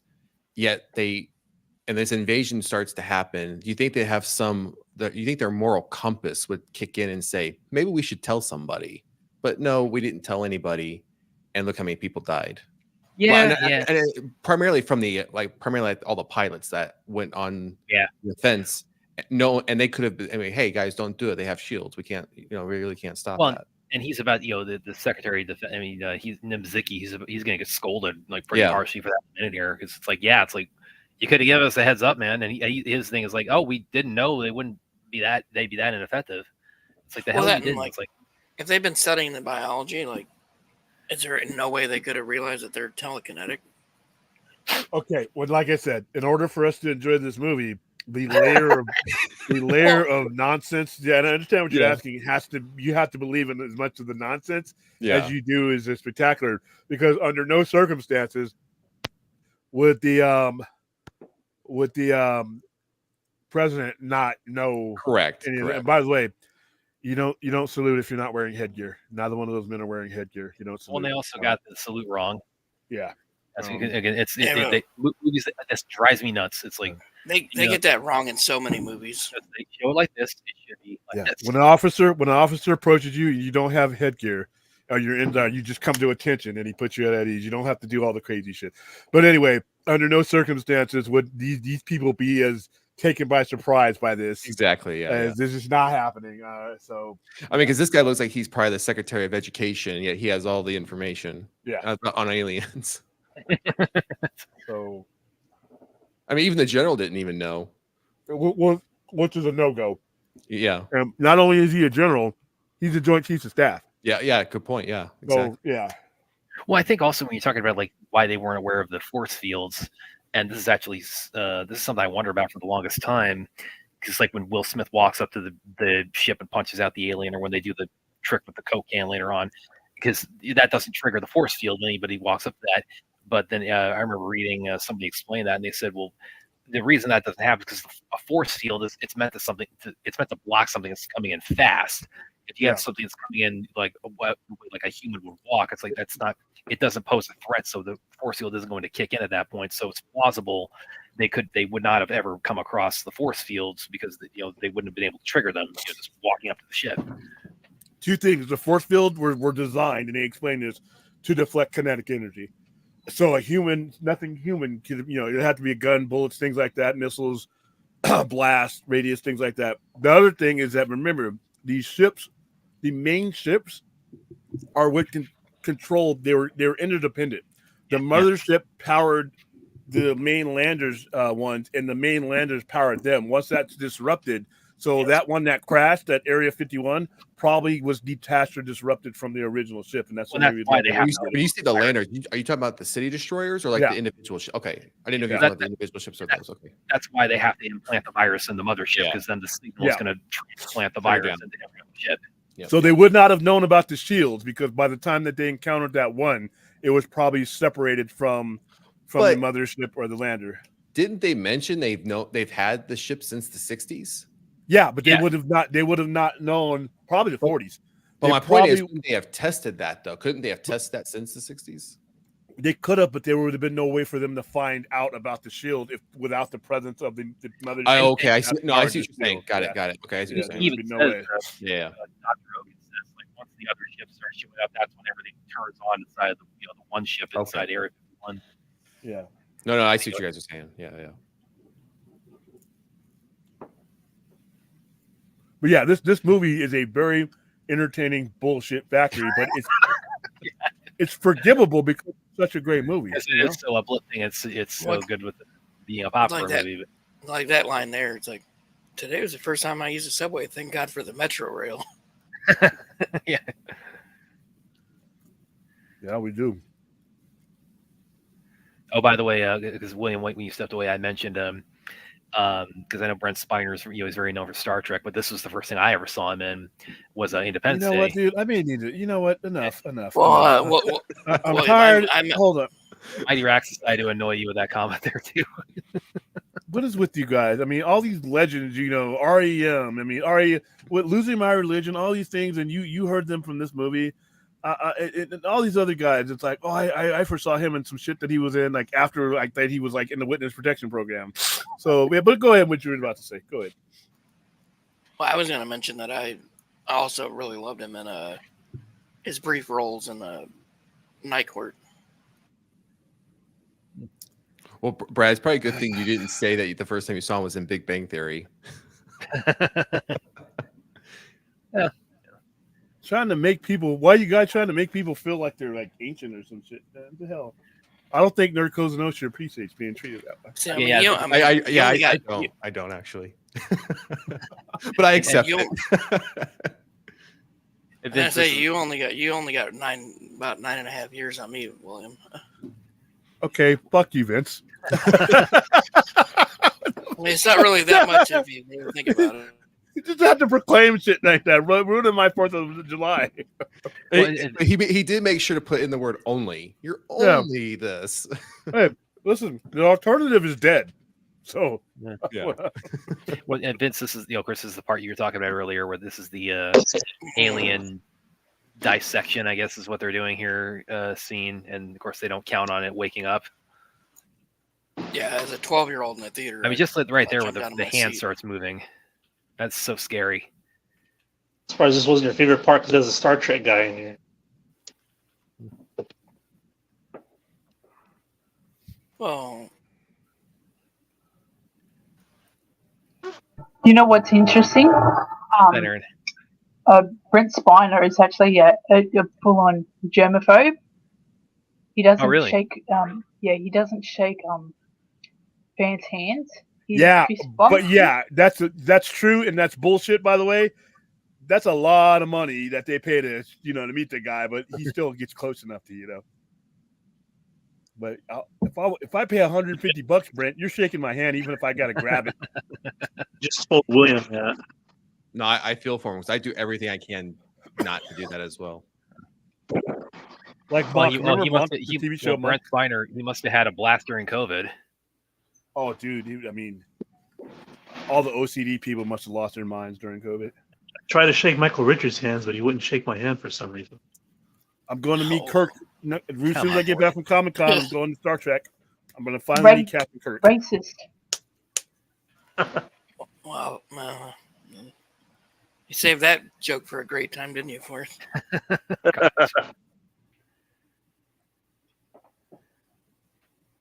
This was kind of the creepiest part of the movie right here. Yeah. This is where it just turns into a straight up horror movie. It's like we're not laughing anymore. Like they don't. Yeah. What do you want from us? Well, a little bit. He kind of deserved it. So why is Animal Mother in this for like 2 seconds?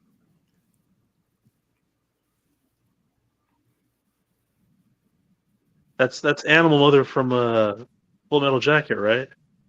You mean Brent Spiner? No, the Major. Oh, okay. Can you walk the walk?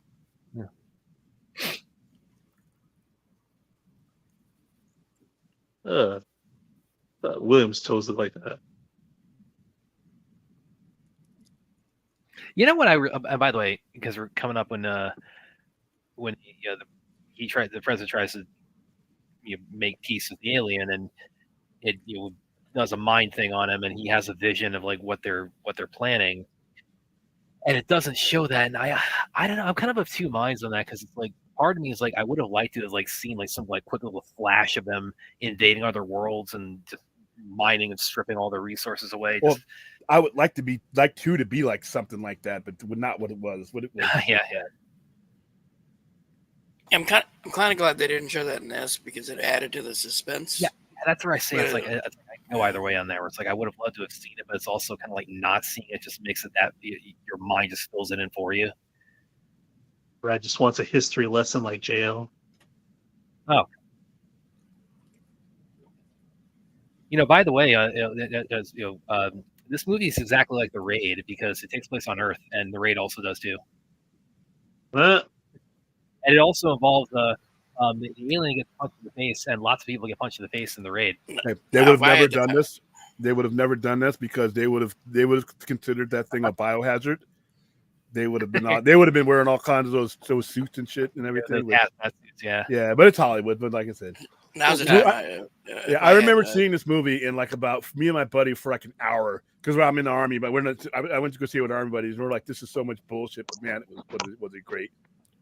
Well, I always find it interesting when you have these people who play the military characters never seem to know how to hold a handgun correctly. They never do, and that just drives me crazy. Yeah, guys, it's not this; it's this. Okay. I mean, it never fails in every movie. And they never run out of ammo. They never run out of ammo. You the bastards. Oh, we were watching They Live the other day, and I'm like, he's got a standard M16 with a small clip, and he just magical bullets, man. I mean, if there's anything we learned from a Steven Seagal movie, you never run out of ammo. I mean, that guy was carrying around like a 1911 carried 8 rounds max. He never ran out of ammo. Oh, no, what was it that we had to watch right in this recently? I forget which one it was. They live. Yeah, they live when they're invading the news office. Yeah, they had small clips. They don't even have like magazines loaded. They got and they're just spraying away. They got like 8,000 rounds in each of those guns. They went on auto on an A2, which doesn't even have an auto function anymore. And they went on auto and burst with like a clip that held like 8 bullets or 9 unlike rounds. They're like, okay, sure.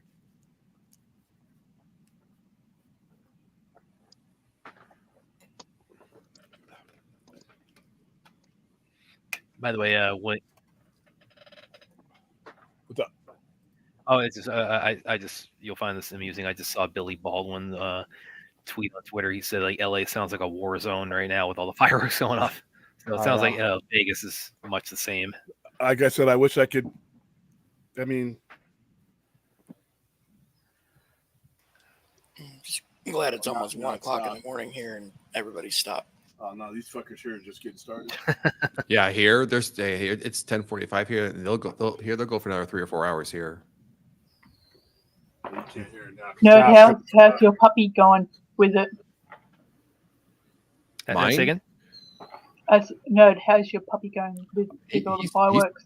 He's passed out. So when they first start, when the fireworks first start, like Wick, Wick is the most. What's your dog's name? So I have 3 now. I have Wick after John Wick.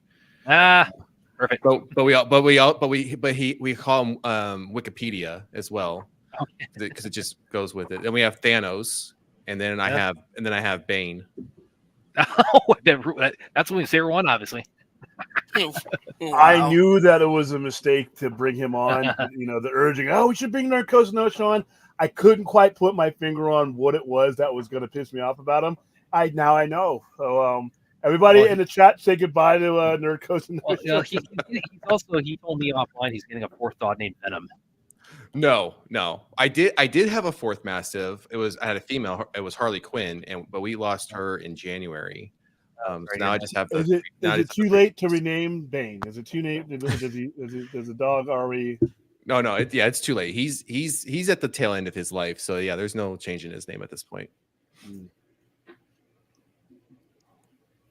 So, yeah, I know the feelings of Bane and Venom in the Sci-Fi Center. I mean, I'm glad you kept this to yourself because it allowed me to like you. This is Houston, right? I think. But just so that you know, Dracula. Yeah.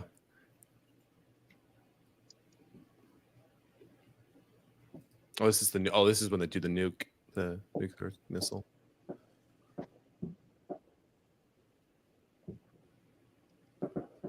Now this is accurate. This is what what's this, a B2? This is a B2. Yeah. Okay, then that's a B-18 bomb. Yeah. When you see what this doesn't do, I'm finding somewhere to fucking run. Yeah. What would we have done if not for Jeff Goldblum and his laptop and the whole thing about catching a cold? That is a massively powerful bomb. And what's crazy is at that point in time, that laptop probably only had like 10 megabytes of memory. I know, 256K, baby. Well, today, so he could do it from his phone, probably. Yeah, you do it from his PlayStation today.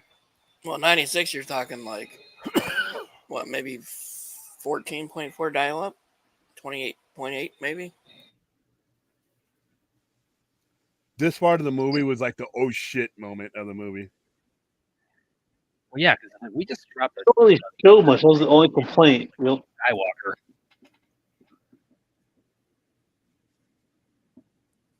I wish they would have got more into like the tragedy of the dropping the nuke visually.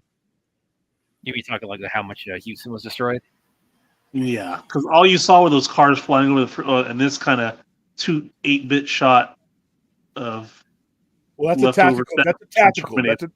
That's a tactical. So it wouldn't even destroy the whole city. What, so like they said, a death bomb or what? Yeah. The B-18 is a tactical nuclear weapon, so it's meant to destroy a specific area and breach. Not a There's a difference between that and a strategic. See, when I saw shit like that, military person, I'm out. I gotta go. Those aliens, they're laughing at us inside that ship right now. Yeah, well, that area is unusable for what, like 1,000 years or what? Nah, not. It's not that big of a. It doesn't have that big of a yield. They use those when they don't want to wipe out a city. Like if we ever went to nuclear war, those are what we would probably use more than a strategic nuke. Because once you start using strategic nukes with multiple warheads, the world's ending. You can actually use tactical nukes and still, not be in a Mad Max after it's all over. And there's no fallout? Not a lot. Not as much as it will be like a Hiroshima type bomb. So what you're talking about, like about a 50-year recovery or something, or what ish? Yeah, but it's really localized. If you Google the effects of a tactical nuclear weapon, it shows you the advantages of using them.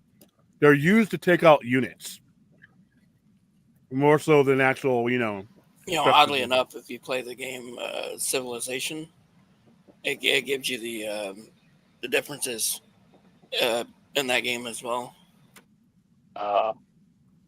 It's like a RTS game. Okay. Still, it's like, I mean, just imagine. It's still powerful. Don't get me wrong. Just imagine being inside the war room now. We just dropped a nuke on these guys, and nothing happened.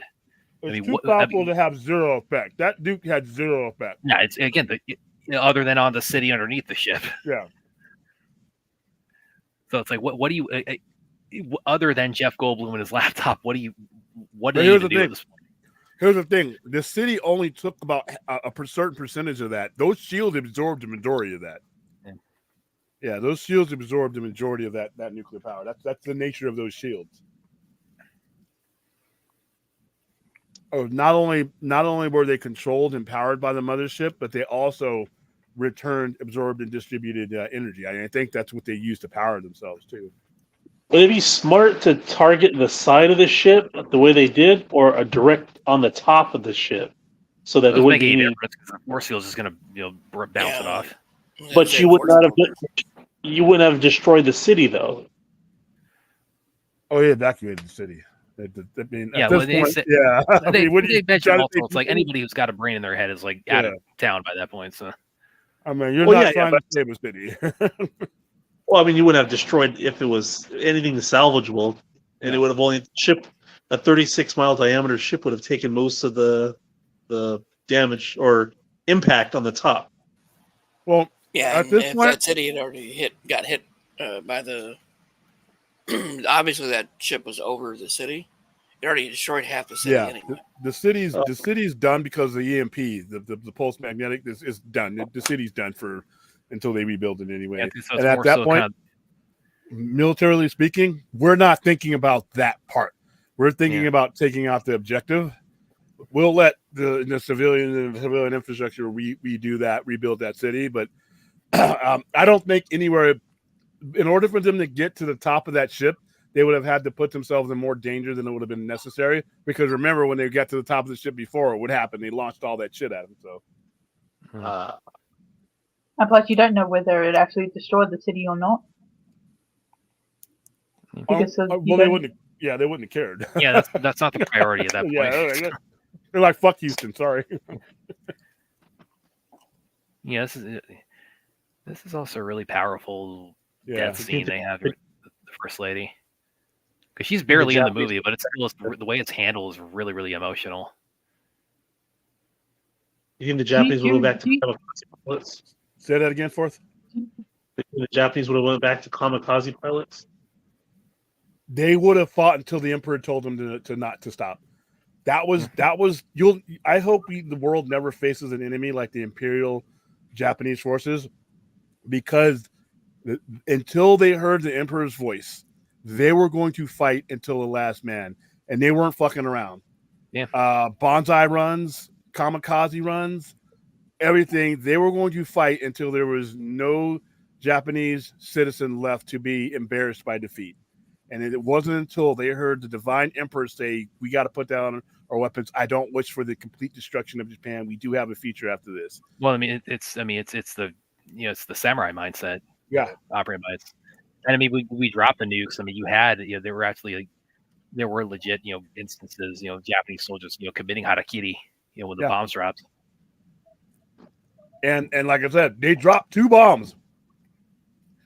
And even after the second one was dropped on Nagasaki, they were still saying, "Fuck it, we're going to fight." And that's why the Emperor, you were not supposed to ever hear the Emperor.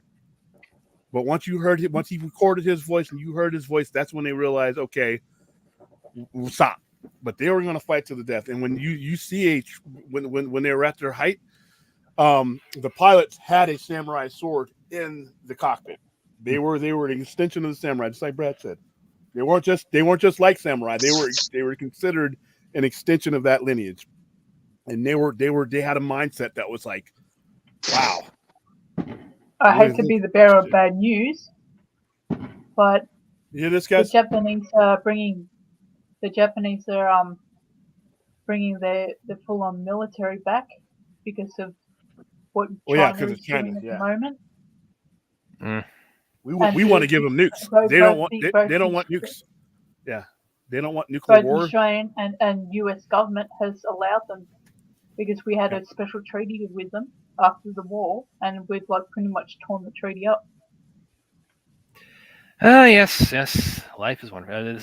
It's one of those. I make this joke a lot, where my friend Ashley, where I tell her I want to find the GIF. It's from one of Chris Rock's stand-up acts where he says, it's all fucked up. The whole world's fucked up. It's like I want to find that GIF and like plug it in for things like that. Okay, where is this Ashley at? She's hearing about this Ashley. I've told her about what William's doing about the thing. The problem is when he does his reaction, like she works in a dentist's office, so she has to be up fairly early on Monday morning. So it's like that kind of makes it difficult for her to get up. One of these days, I'm gonna get her on here, and you guys are gonna meet her. We're gonna be like, Ashley, we heard so much about you. You guys will dig her. Is she in the martial arts too, or what? She's been she's actually asked me a bit about that because she's been developing, because she's of course known about that side of my life for a while, and she's asked about wanting to starting that for a while now. What was that, William? That still didn't start working until those other ships were there. Yeah, exactly. So that was they cut the connection.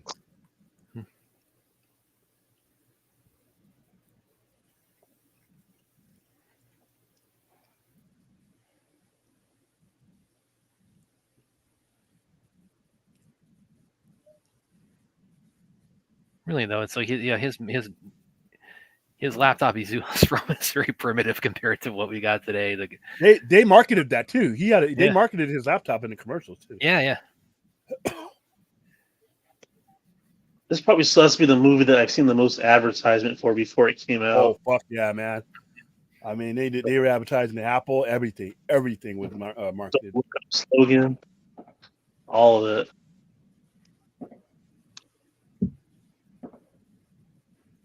Fun says the aliens can stop a nuclear weapon, their exosuit can stop a human punch. Well, they mentioned. They say it's like their bodies are, they're no more or less durable than ours. Yeah. Will Smith punched the arm of that suit, and they were a technologically dependent race too.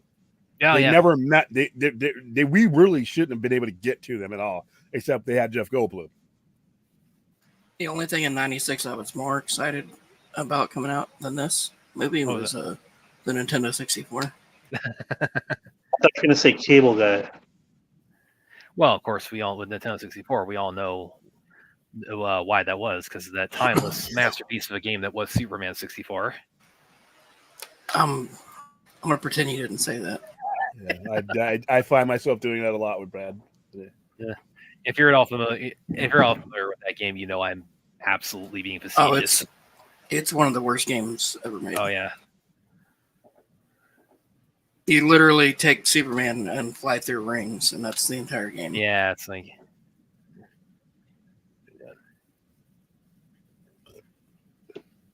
kind of like the new gun movie. Wait, was Mighty Rex was Space Jam '96? Yeah, it was. It was like November '96, I think. That was a big year for Jordan. 72 and 10. Yeah, I ended up seeing that 3 times in theater because 2 birthday parties and then seeing it on my own.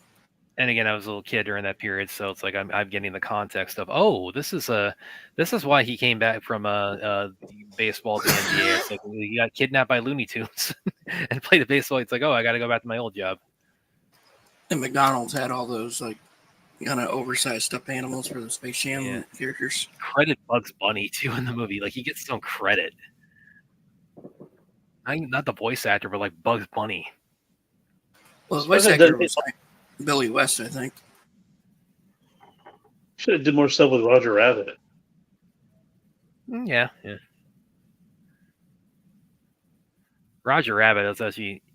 That's another one you like look back on that like, oh, this was actually kind of pushing the envelope for a PG cartoon kids movie. Well, I thought Lola looked fine, but there was so much sexual innuendo in that. Oh hell yeah! It went over everybody's head. That's another movie I never bothered with the sequel. Well, I think they did a sequel to it. Did they? It was not cost effective, even though it made a lot. It just wasn't. It was a very expensive and revolutionary movie. That was really. It was crazy to integrate animation with live action during that period. So it was a. Maybe it wasn't credited as a sequel, but I love these scenes. Oh yeah, with all the armies coordinating. Yeah, I was talking about the movie with LeBron. Oh, you mean Space Jam 2? Yeah. So these are all the air forces of the world coming together. You got the Israeli Air Force. Yeah. You got the Saudis. All it took was America to figure it out first.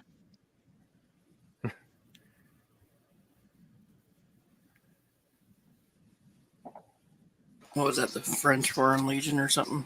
Nah, that's the Royal Air Force. The Royal Air Force. That's the British. Yeah. And this is the Russians. Vladimir Putin's in all this somewhere, I guess. Actually, Vladimir Putin was not there yet. He went to power in 1999. Boris Yeltsin was still in power, if I believe. Yeah, with Boris Yeltsin. He would have been drunk. Yes, he would have been drunk. Yeah, Vladimir Putin was running what was now the FSB.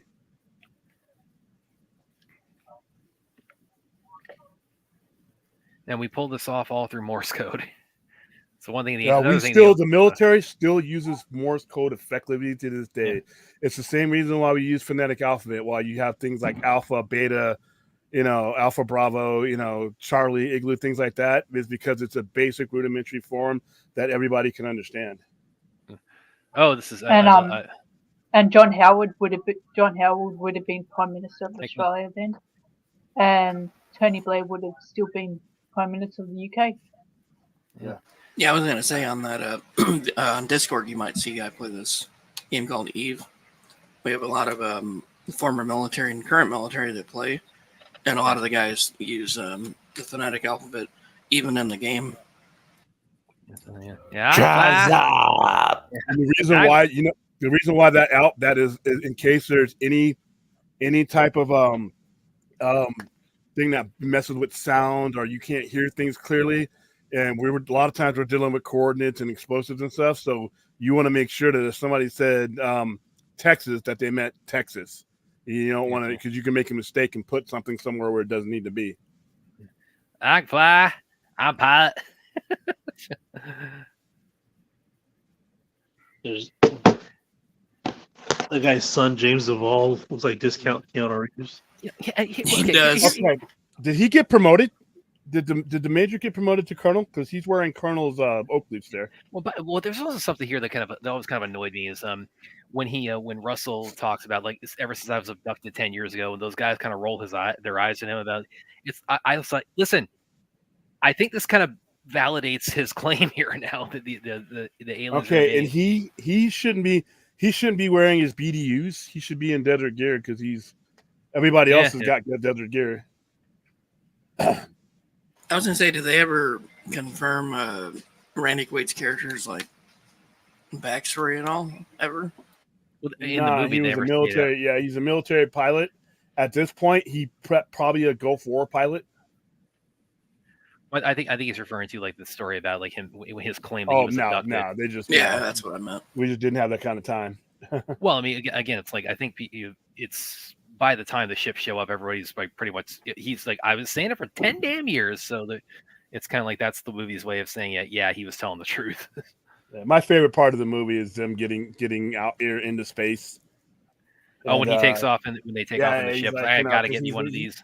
Yeah, well, he's been rejected, by the military. He finally gets into space. Yeah. He's like as soon as he reaches space, he's legitimately an astronaut now. I'm so glad they didn't go with the original movie's ending with Randy Quaid, where he flies up. He shows up the missile. Yeah, he has the. What's up? in the original ending, Randy Quaid has his crop duster plane instead of a jet, and he flies up to the spaceship and blows it up. How do you not have a good enough uniform for him to be in his nice his? I guess it doesn't matter. I don't know. Yeah, before Yeah, that that would have was- been really stupid. Well, yeah, because initially Shut they turn the way for anybody who was aware. Initially, when they're recruiting pilots, they turn him down because he's drunk as hell. So, and then so when they have the dogfight at the end, they're about to lose, and he shows up in his crop duster with this bomb strapped underneath. And he says, "Yeah, I'm here. I'm gonna fall on the sword." Then it plays out the same where he goes up into the laser and destroys the ship, but like the context of that is different. I like the one they went with better. I never watched. It's on the laser disc. Yeah, well, they said I think it was Devlin said part of the reason was like the test audience thought it was a little bit kind of stretched believability a little too much. They were right. And also, it's like they like the idea of like he shows up there on a suicide mission, and they kind of like the idea more of him in the moment when the missile jams to make the decision like in front of the audience to sacrifice himself. Here we go. It's the greatest scene of all. Oh yes, Hey, the hey, standoff Ford, speeches. Fourth, real quick, that's something I hate about physical 4Ks is that they don't include a lot of those bonus features. Oh, dude! Like the physical media's special features have gone so downhill. Originally, the like Blu-ray disc and everything used to be like the after party for movies where they jam pack it with like fancy menus. All that stuff went away. But yeah, I never watched it, but it's on the laser disc that they advertised, and I still have a laser disc player somewhere.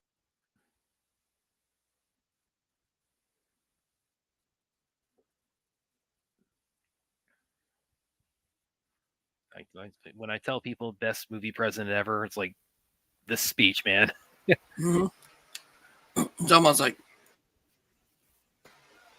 instead, like in the Star Trek world, this is who you vote for as the Federation president. Yeah. Good speech.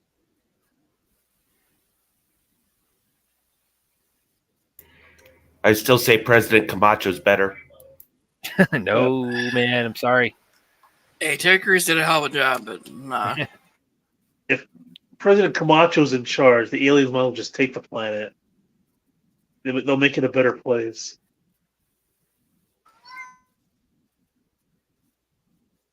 Yeah, instead of Carl Jr. taking over, it'd be like Five Guys or something. You know, I tried finding it on YouTube. I can't find this watch party on YouTube right now. It should be there. Would it? Oh, I love this guy who salutes here. Who doesn't love that? Danger to anyone fallen object in the many. Glenn, were you serious? You can't find it? Yeah, it should be there, man. William already said it's a private in case he went off on this movie. I found it on my phone, but when I get on my computer, I can't find it. And right after that, we go back into the bullshit if he's going to lead the fleet.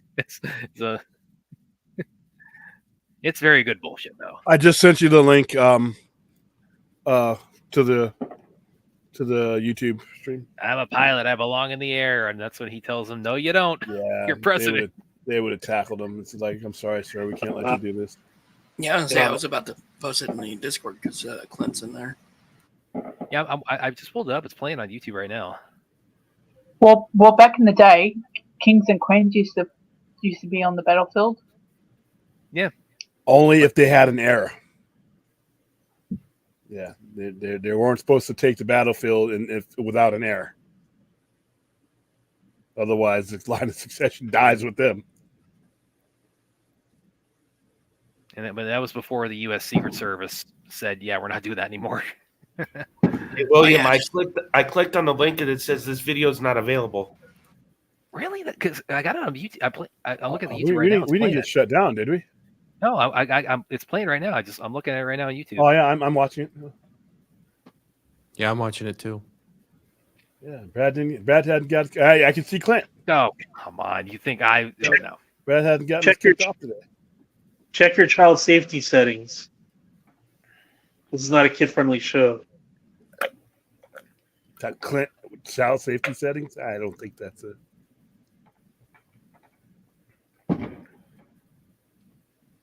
About an hour or two of these explosions.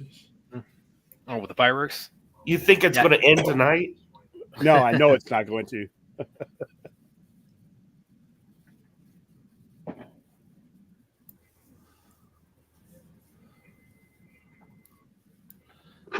When I clicked on that link you sent me, William, it said this video is restricted. It's weird. Hey, I got it in front of Clint, me. check Discord. The general chat.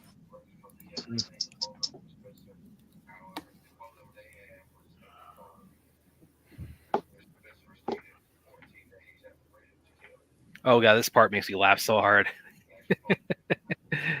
And he pushes the keyboard. Missile launch.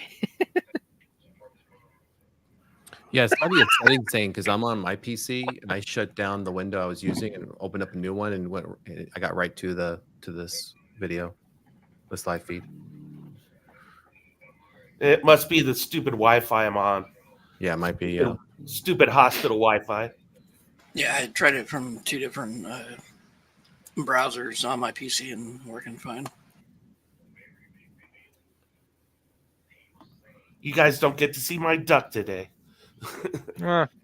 We see your duck right I on see screen here. the avatar. It's usually the first thing we've seen in the chat, man. That reminds me, I still need to find my Blu-ray copy of Howard so I can No, you don't. do an S. No, I have it on Blu-ray and 4K. One of them I plan on sending to you to have you sign and send back. Okay.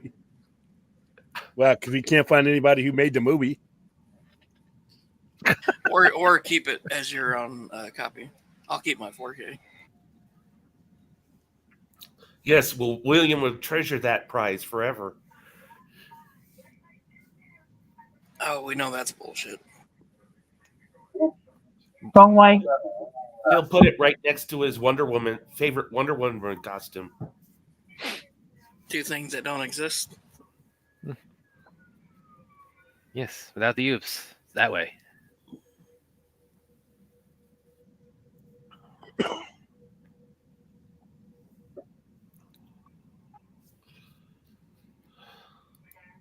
Big Willyisms. I got to get one. For you have no idea how much I listened to that CD as a kid. Oh, which one? Oh, his Big Willie style? Yeah. Yeah. He's actually going back into music. He says he has an album or something coming out or a song. That's not attached to a movie. I mean, the Men in Black stuff was actually pretty good. Yeah, I think anytime you release a song, it was generally pretty good. Well, The Wild Wild West song was better than the movie. yeah. Yeah, that's true. That movie is pretty bad. The only saving grace for me was Kenneth Branagh. Was a He's funny in that. entertaining. He's officially an astronaut. But then again, Kenneth Branagh, he's just something. Yeah. So in Fast and Furious, William, when they went into space with the Fiero, I'm not answering this question. I'm not fucking answering this question. When they went to space, that taped up space car with the scuba diver outfits, it's like that's about 1,000,000% less realistic than this. they're astronauts, though, right? They're dead, but sure. Yeah, they're burned alive, is what they are. Astro nuts. The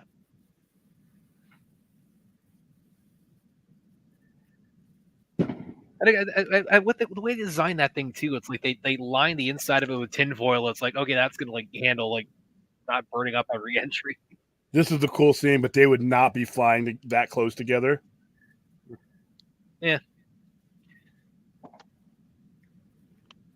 That Robert Loggia.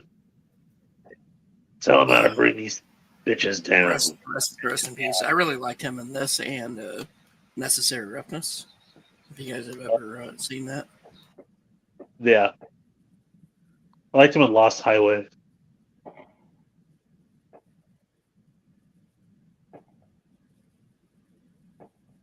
Mechanical excellence. 1,400 horsepower pays off. Fucking cat. Move. Yeah, that's a quarter the size of our moon.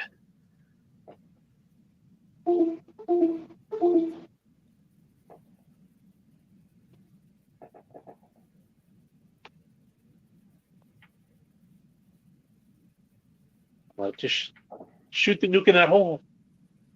Well, they got to put the virus in too.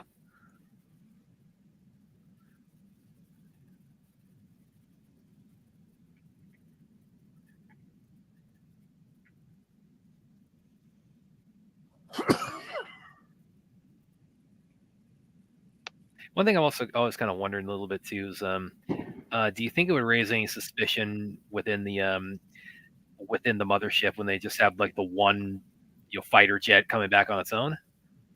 It should have. It's a good thing the aliens use Wi-Fi. Yeah, I'm sure the aliens have a couple Gomer piles in their ranks, and like, oh, here comes one. Yeah. Well, I mean, it's also so vast. I mean, Well, something mentioned earlier. take a minute for them to like pick up on it. Something mentioned earlier shows you that this movie was made before Wi-Fi. It was Yeah. Oh shit. Maybe like in universe this is how we develop Wi-Fi by reverse engineering from their technology. Jeff Goldblum's character is talking about line of sight. Well, Yeah. nowadays it would be like, why don't they just use Wi-Fi so that they shot down? Wi-Fi was created here in Australia. Oh, look at that green screen.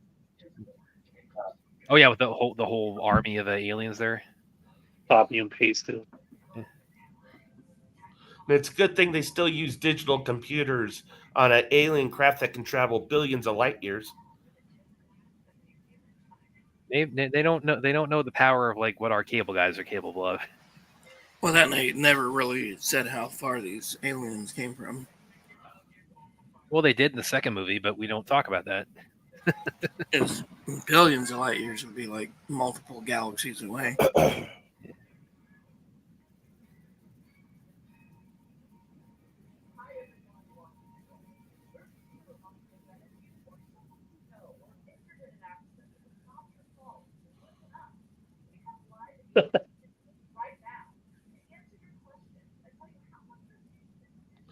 And to be honest, if the aliens wanted to take us, all they had to do is fling a 20-mile meteor at the Earth and be done with it. Well, they but wanted the resources. They want to harvest our resources. Yeah, they can't wipe out the planet itself. They had no use for us. They wanted Right. That takes out us, but leaves the planet just fine. I don't think it works that way. Yes, not necessarily. It doesn't destroy the iron core that they're going after. No, they were going to strip it for everything. Remember, they wanted oil, they wanted water, they wanted metal, they wanted yeah. But that's not what the second movie said. Okay, the second movie said a lot of things. Doesn't mean any of it was like. The second movie doesn't exist. Yeah, we got to put that on the ban list. ID42 doesn't exist. I keep saying there's no movies that are aliens, so you guys have to put up with this bullshit. I don't have to put up with anything. This is another thing too, where like I kind of always wonder, like inside this one ship, did this raise any suspicion from the aliens when this whole fleet is coming and they only fire one missile? I just don't think they looked at us as anything but ants. Yeah, exactly. Yeah. I was going to say it was very cockiness about that race. And wait, you're saying they're here for the oil? What would they have any use for oil if they're traveling? Okay. Oh, oil. They could use oil for things differently than we use it. Yeah. I mean, most Americans don't know that oil is used to make plastic and things like that. So it all depends on what their purposes are and what their chemistry is and all that. So, but like they probably want everything that the planet has to offer. Probably going to take the water too. Yeah, I just always imagine like what the planet would look like. There is so much water in the universe. There's unlimited supply of water in the universe. It all depends on what their limitations are too. See, I don't know enough about the aliens, excluding part 2. We are excluding part 2. Yeah, so I don't know what their limitations were and what their aims were. The movie. Yeah, that too. Oh yeah, I love the way they just dropped out. The way they just dropped out of nowhere. That was kind of cool.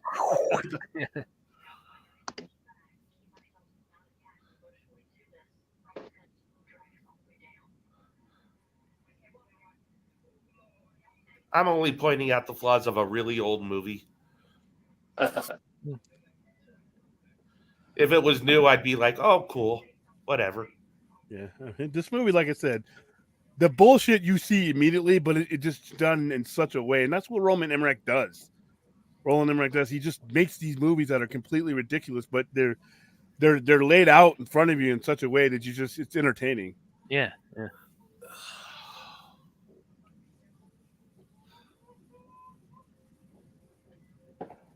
Well, yeah, you were talking about like if they had gotten hold of like our water. That's another thing. Where it's like it leaves the imagination really well. It's like, you know, if they had won, like what does Earth look like at that point after they strip mine the planet? I mean, just what like a husk of just a pretty much rock would look like by that point. And they'll probably use it for like fuel travel. I mean, they probably got, you know, like I said, I'd love to see a real sequel explain all that stuff, but I'm pretty sure it would be complex. Because that's something I would really touch upon is like, you know, how many other planets they've done this to.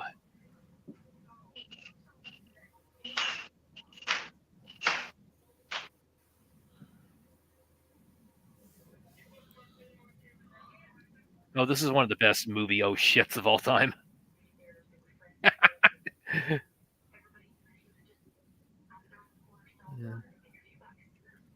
Yes, and of course, and hide.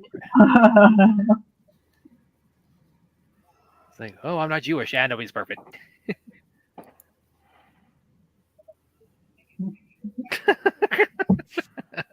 I love that guy. I think the movie does a really good job of like showing us all the terror going around, but then the humans' interactions as well. Yeah. I love the scene with the little kids together talking. You mean the president's daughter and Hiller's stepson? Yeah. I watched that. It was really cute. This is another thing too. When they open up the laser cannon here, they take longer to do it here than they did in the other cities. So it kind of tells me it's like they know the Area 51 is subterranean, so they're really like trying to charge up their weapon and really blast through.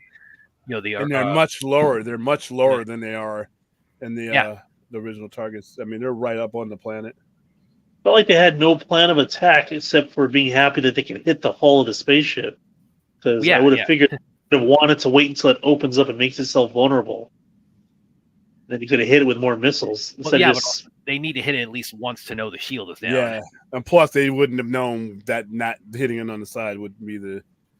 Well, yeah. I mean, you can hit it, like, you know, make sure it works. They would, I mean, to take out the other than like driving the one ship up there. I mean, to take out the ship just with missiles, they need like 5 times as many F-15s for this.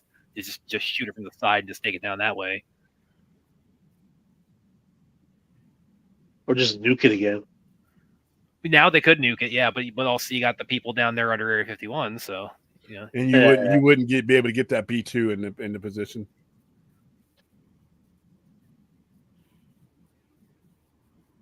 Yeah, and this is what the ending was changed to. Of course, he was in a crop. This got a roaring applause.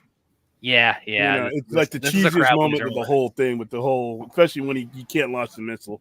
Well, because it's his redemption. Because everybody's been laughing at him the whole movie. Because he's a drunk. People think he's full of. He's lying. He's lying. He's telling the truth. His own son thinks it's a big joke, and that he's the hero who the first guy to successfully take out one of the city destroyers. I think it's one of the best parts of the movie. Yeah. Well, it's one of the best, like, heroic. Yeah, this whole Star Wars scene right here was just really cool, man. Yeah. I think the movie would have been infinitely better if the ships had no shields. Why is that? Because then it would have been fighting, dogfights and everything. Not, we got to take the shields down. Nah, we got plenty of dogfights in this, man. And then there's always a hater in the bunch. Eagle I 20, could see Fox where he's coming from. It would have been a lot more dramatic, but I think they were just trying for different points of the movie to grab you. Yeah, I was only kidding, but yeah, it just would have changed the narrative of the movie, and I think they did a hell of a job with the narrative. And it takes forever for this weapon to get fired up. That's what I'm saying. It's like because they that's why I've referred to I mean, if you take out the shield, what's the drama? Yeah. But this one's taking overwhelming alien force. This one's taking so longer because they have to like blast through the to get to Area 51 underground, so they're floating lower and they're taking longer to charge up their weapon.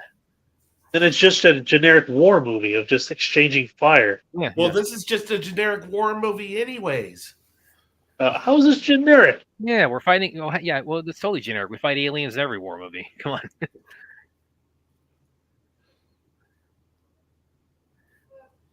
Oh God, this is. Hello, boys. I'm back. That guy actually went literally nuts. Yeah, he went crazy. Who's that? The Huey uncle for the boys? I mean, he's the uncle in the vacation movies. Yeah, that's Huey's real life uncle. Dennis Quaid is his father, and Randy Quaid is his uncle. Yeah. This is one of the best. And Meg Ryan is his like I father. said, I just remember being in the theater when this first day this was released, and the reaction this whole thing got. That and when you knew Jeff Goldblum, because it wasn't, you knew they were going to live, but it wasn't until you saw them rolling with their parachutes. Yeah. You were like clapping. Well, because they got the nuclear blast coming right behind them when they're getting out of the ship. They had no business surviving. I'm glad that they did. I'm sorry. I was going to say, they made the stakes feel real. Yeah. And didn't the ship just land on top of Area 51? Yep. I guess so. We're not gonna. Those details come on for. Well, I mean, they got some clearance. It was like right when it was coming up to the runway. I'm sorry, 15 miles of clearance. They got there with that much time. They just Them and the Ewoks are all roasting right now. So that whole place is a tomb right now, right? The surface of it. There's subterranean areas that it would probably survive. Area 1, there's parts of Area 1 that can survive a nuclear blast because it was designed that way. It's a primary target. Second favorite part of the movie. Did you know how big Groom Lake is? It's massive. It's freaking huge. It's massive. You look at it on the map where they have it blacked out. The area where it was blacked out was like half of the damn Creech Air Force Base. So. Oh, I just saw the weather report for Vegas. Oh, Jesus. Oh. What does yours say? Mine said for tomorrow or tomorrow? 117 Monday and Tuesday. Aren't you guys in the same Vegas? Yep. You see Sunday? Sunday said 120. Different newscasts have different weather. Yeah, because they get them from different sources. But you get a composite averages. It's all bad. It's just all bad. It's fire. And there's always been rumors that there's been underground tunnels between Groom Lake and Las Vegas. Anyway. Oh yeah, there's probably is because they used to fly people there, but people can monitor the aircraft. So now they probably have a. Oh, they still fly. Yeah. If you ever drive past Harry Reid Airport, the planes with the one red stripe along the side, that's the Area 51 charter. Yeah. But it wouldn't surprise me though if also they had like a little train. That's a bit far for a tunnel.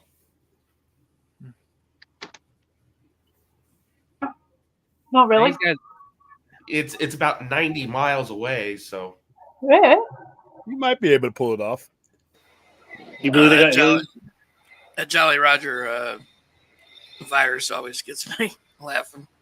They do kind of luck out when they fire the missile and they get loose from the hatch. By the way, that's another tactical nuclear weapon. That is not a strategic nuke. So But still, inside of that with no shields, that should do that ship in. I don't care what it is. Yeah. Hey, Tactical, it Clean. blows up Remember, space- there's a thing called the channel, the English channel. Is that 90 miles across? Oh yeah, that's A lot more. yeah, it's about It's between 200, England yeah. and France. Boy, how is that not strategic? It blows up a ship a quarter the size of the moon.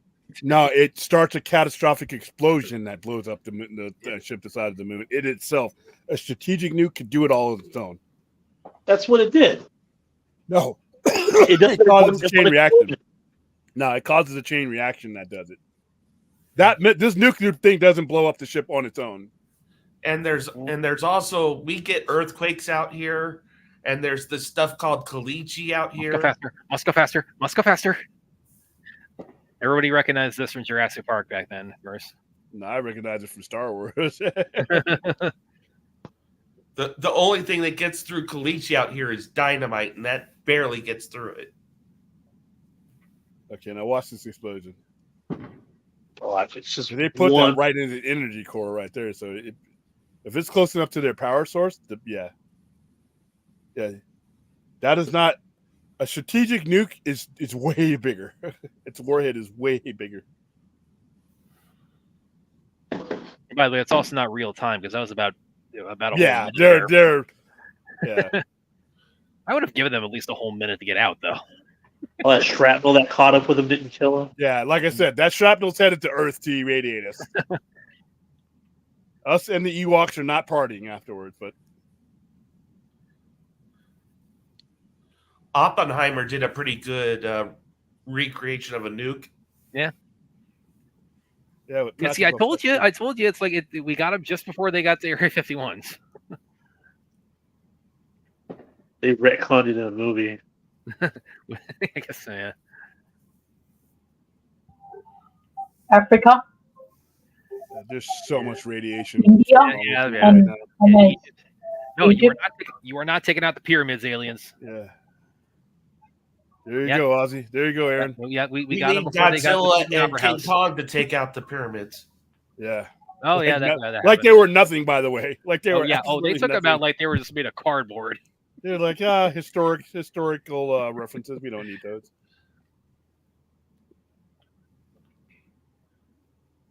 that neurotic in the background? What in there? Come on, Forrest. The pilot looks like him. Oh yeah, okay.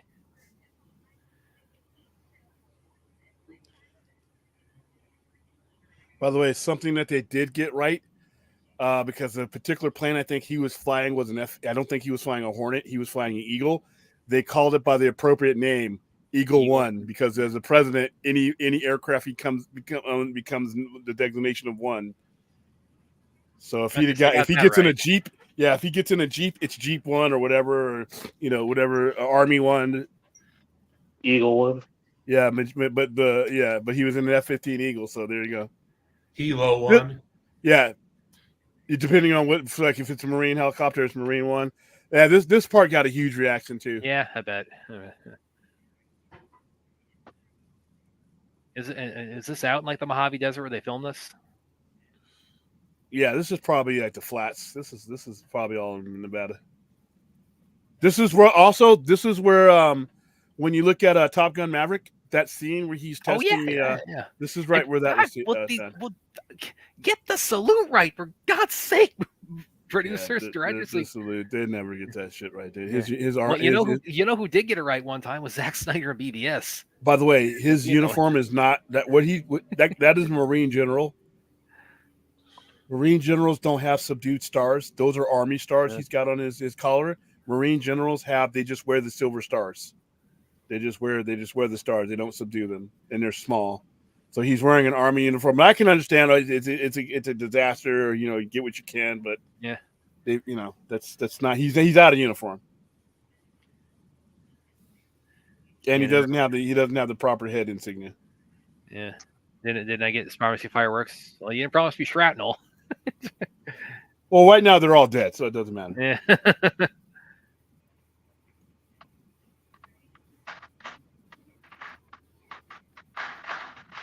Oh, and I hear real ones going off out there too. Perfect timing. Well, because we're watching Independence Day on Independence Day. Yeah. Yeah, all that shit there. Isn't that That's pretty? the best. All that you listen, all that you're seeing, that's the end of mankind right there. Wasn't that a kid in didn't he play one of the kids in Fresh Prince? Like a real I little couldn't one? tell you offhand. He was the kid that showed up out of nowhere when I think they changed the moms or whatever. Something like that. I don't know. He's basically like the little Nicky All right. of that. That is our Right, it's Independence Day. And as I say, it ain't Independence Day without Independence Day. So anybody watching on Twitch, do me a favor. Yeah. I'm raiding over to the Sci-Fi Center. Make sure to to like, or not like, but follow that channel as well. Oh yes. Do you need me to put here the we thing are. in there? Oh, a little follow button. I have to sign up for it. Yeah, it's free if you you don't have to. And wait a minute, Vince. Let me clarify something. You said you're rating the Sci-Fi Center? Yeah, I can raid on Twitch. Wait. Just repeat that one more time. You're rating. Oh, You're rating. You're rating the Sci-Fi. It's okay. So, Brad, That's have you funny. seen any other stupid movies recently?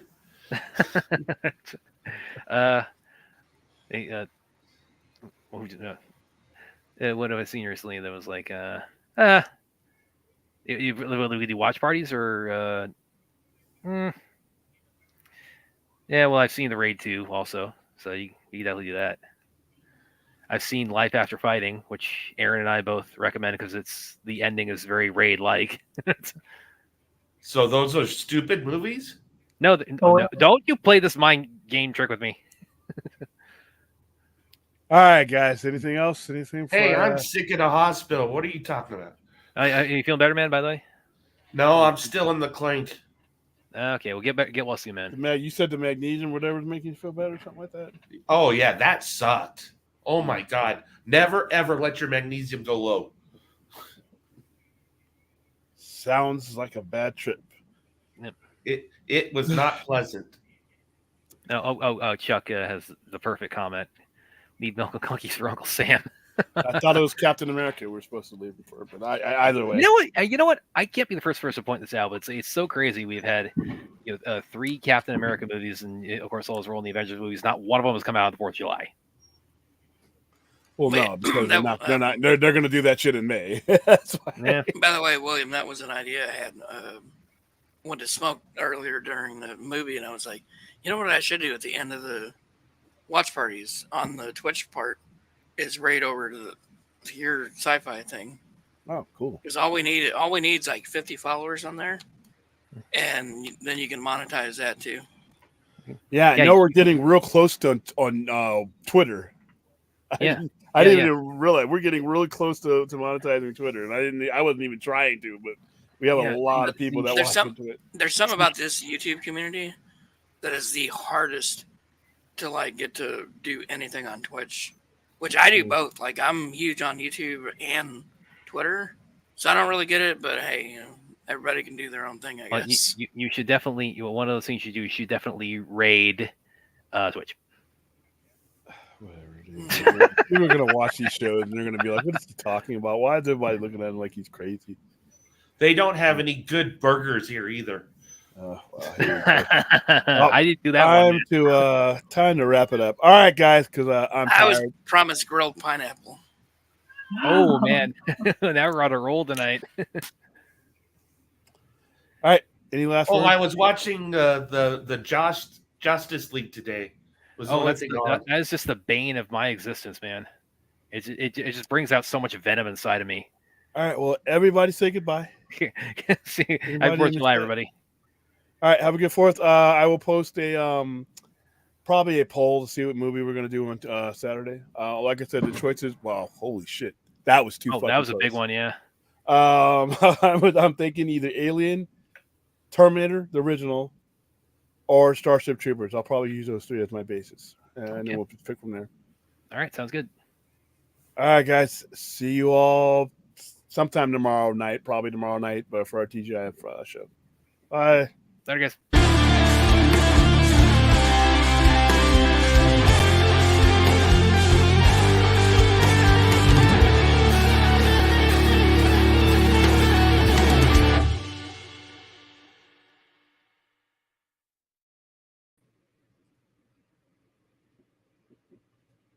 No, it's not.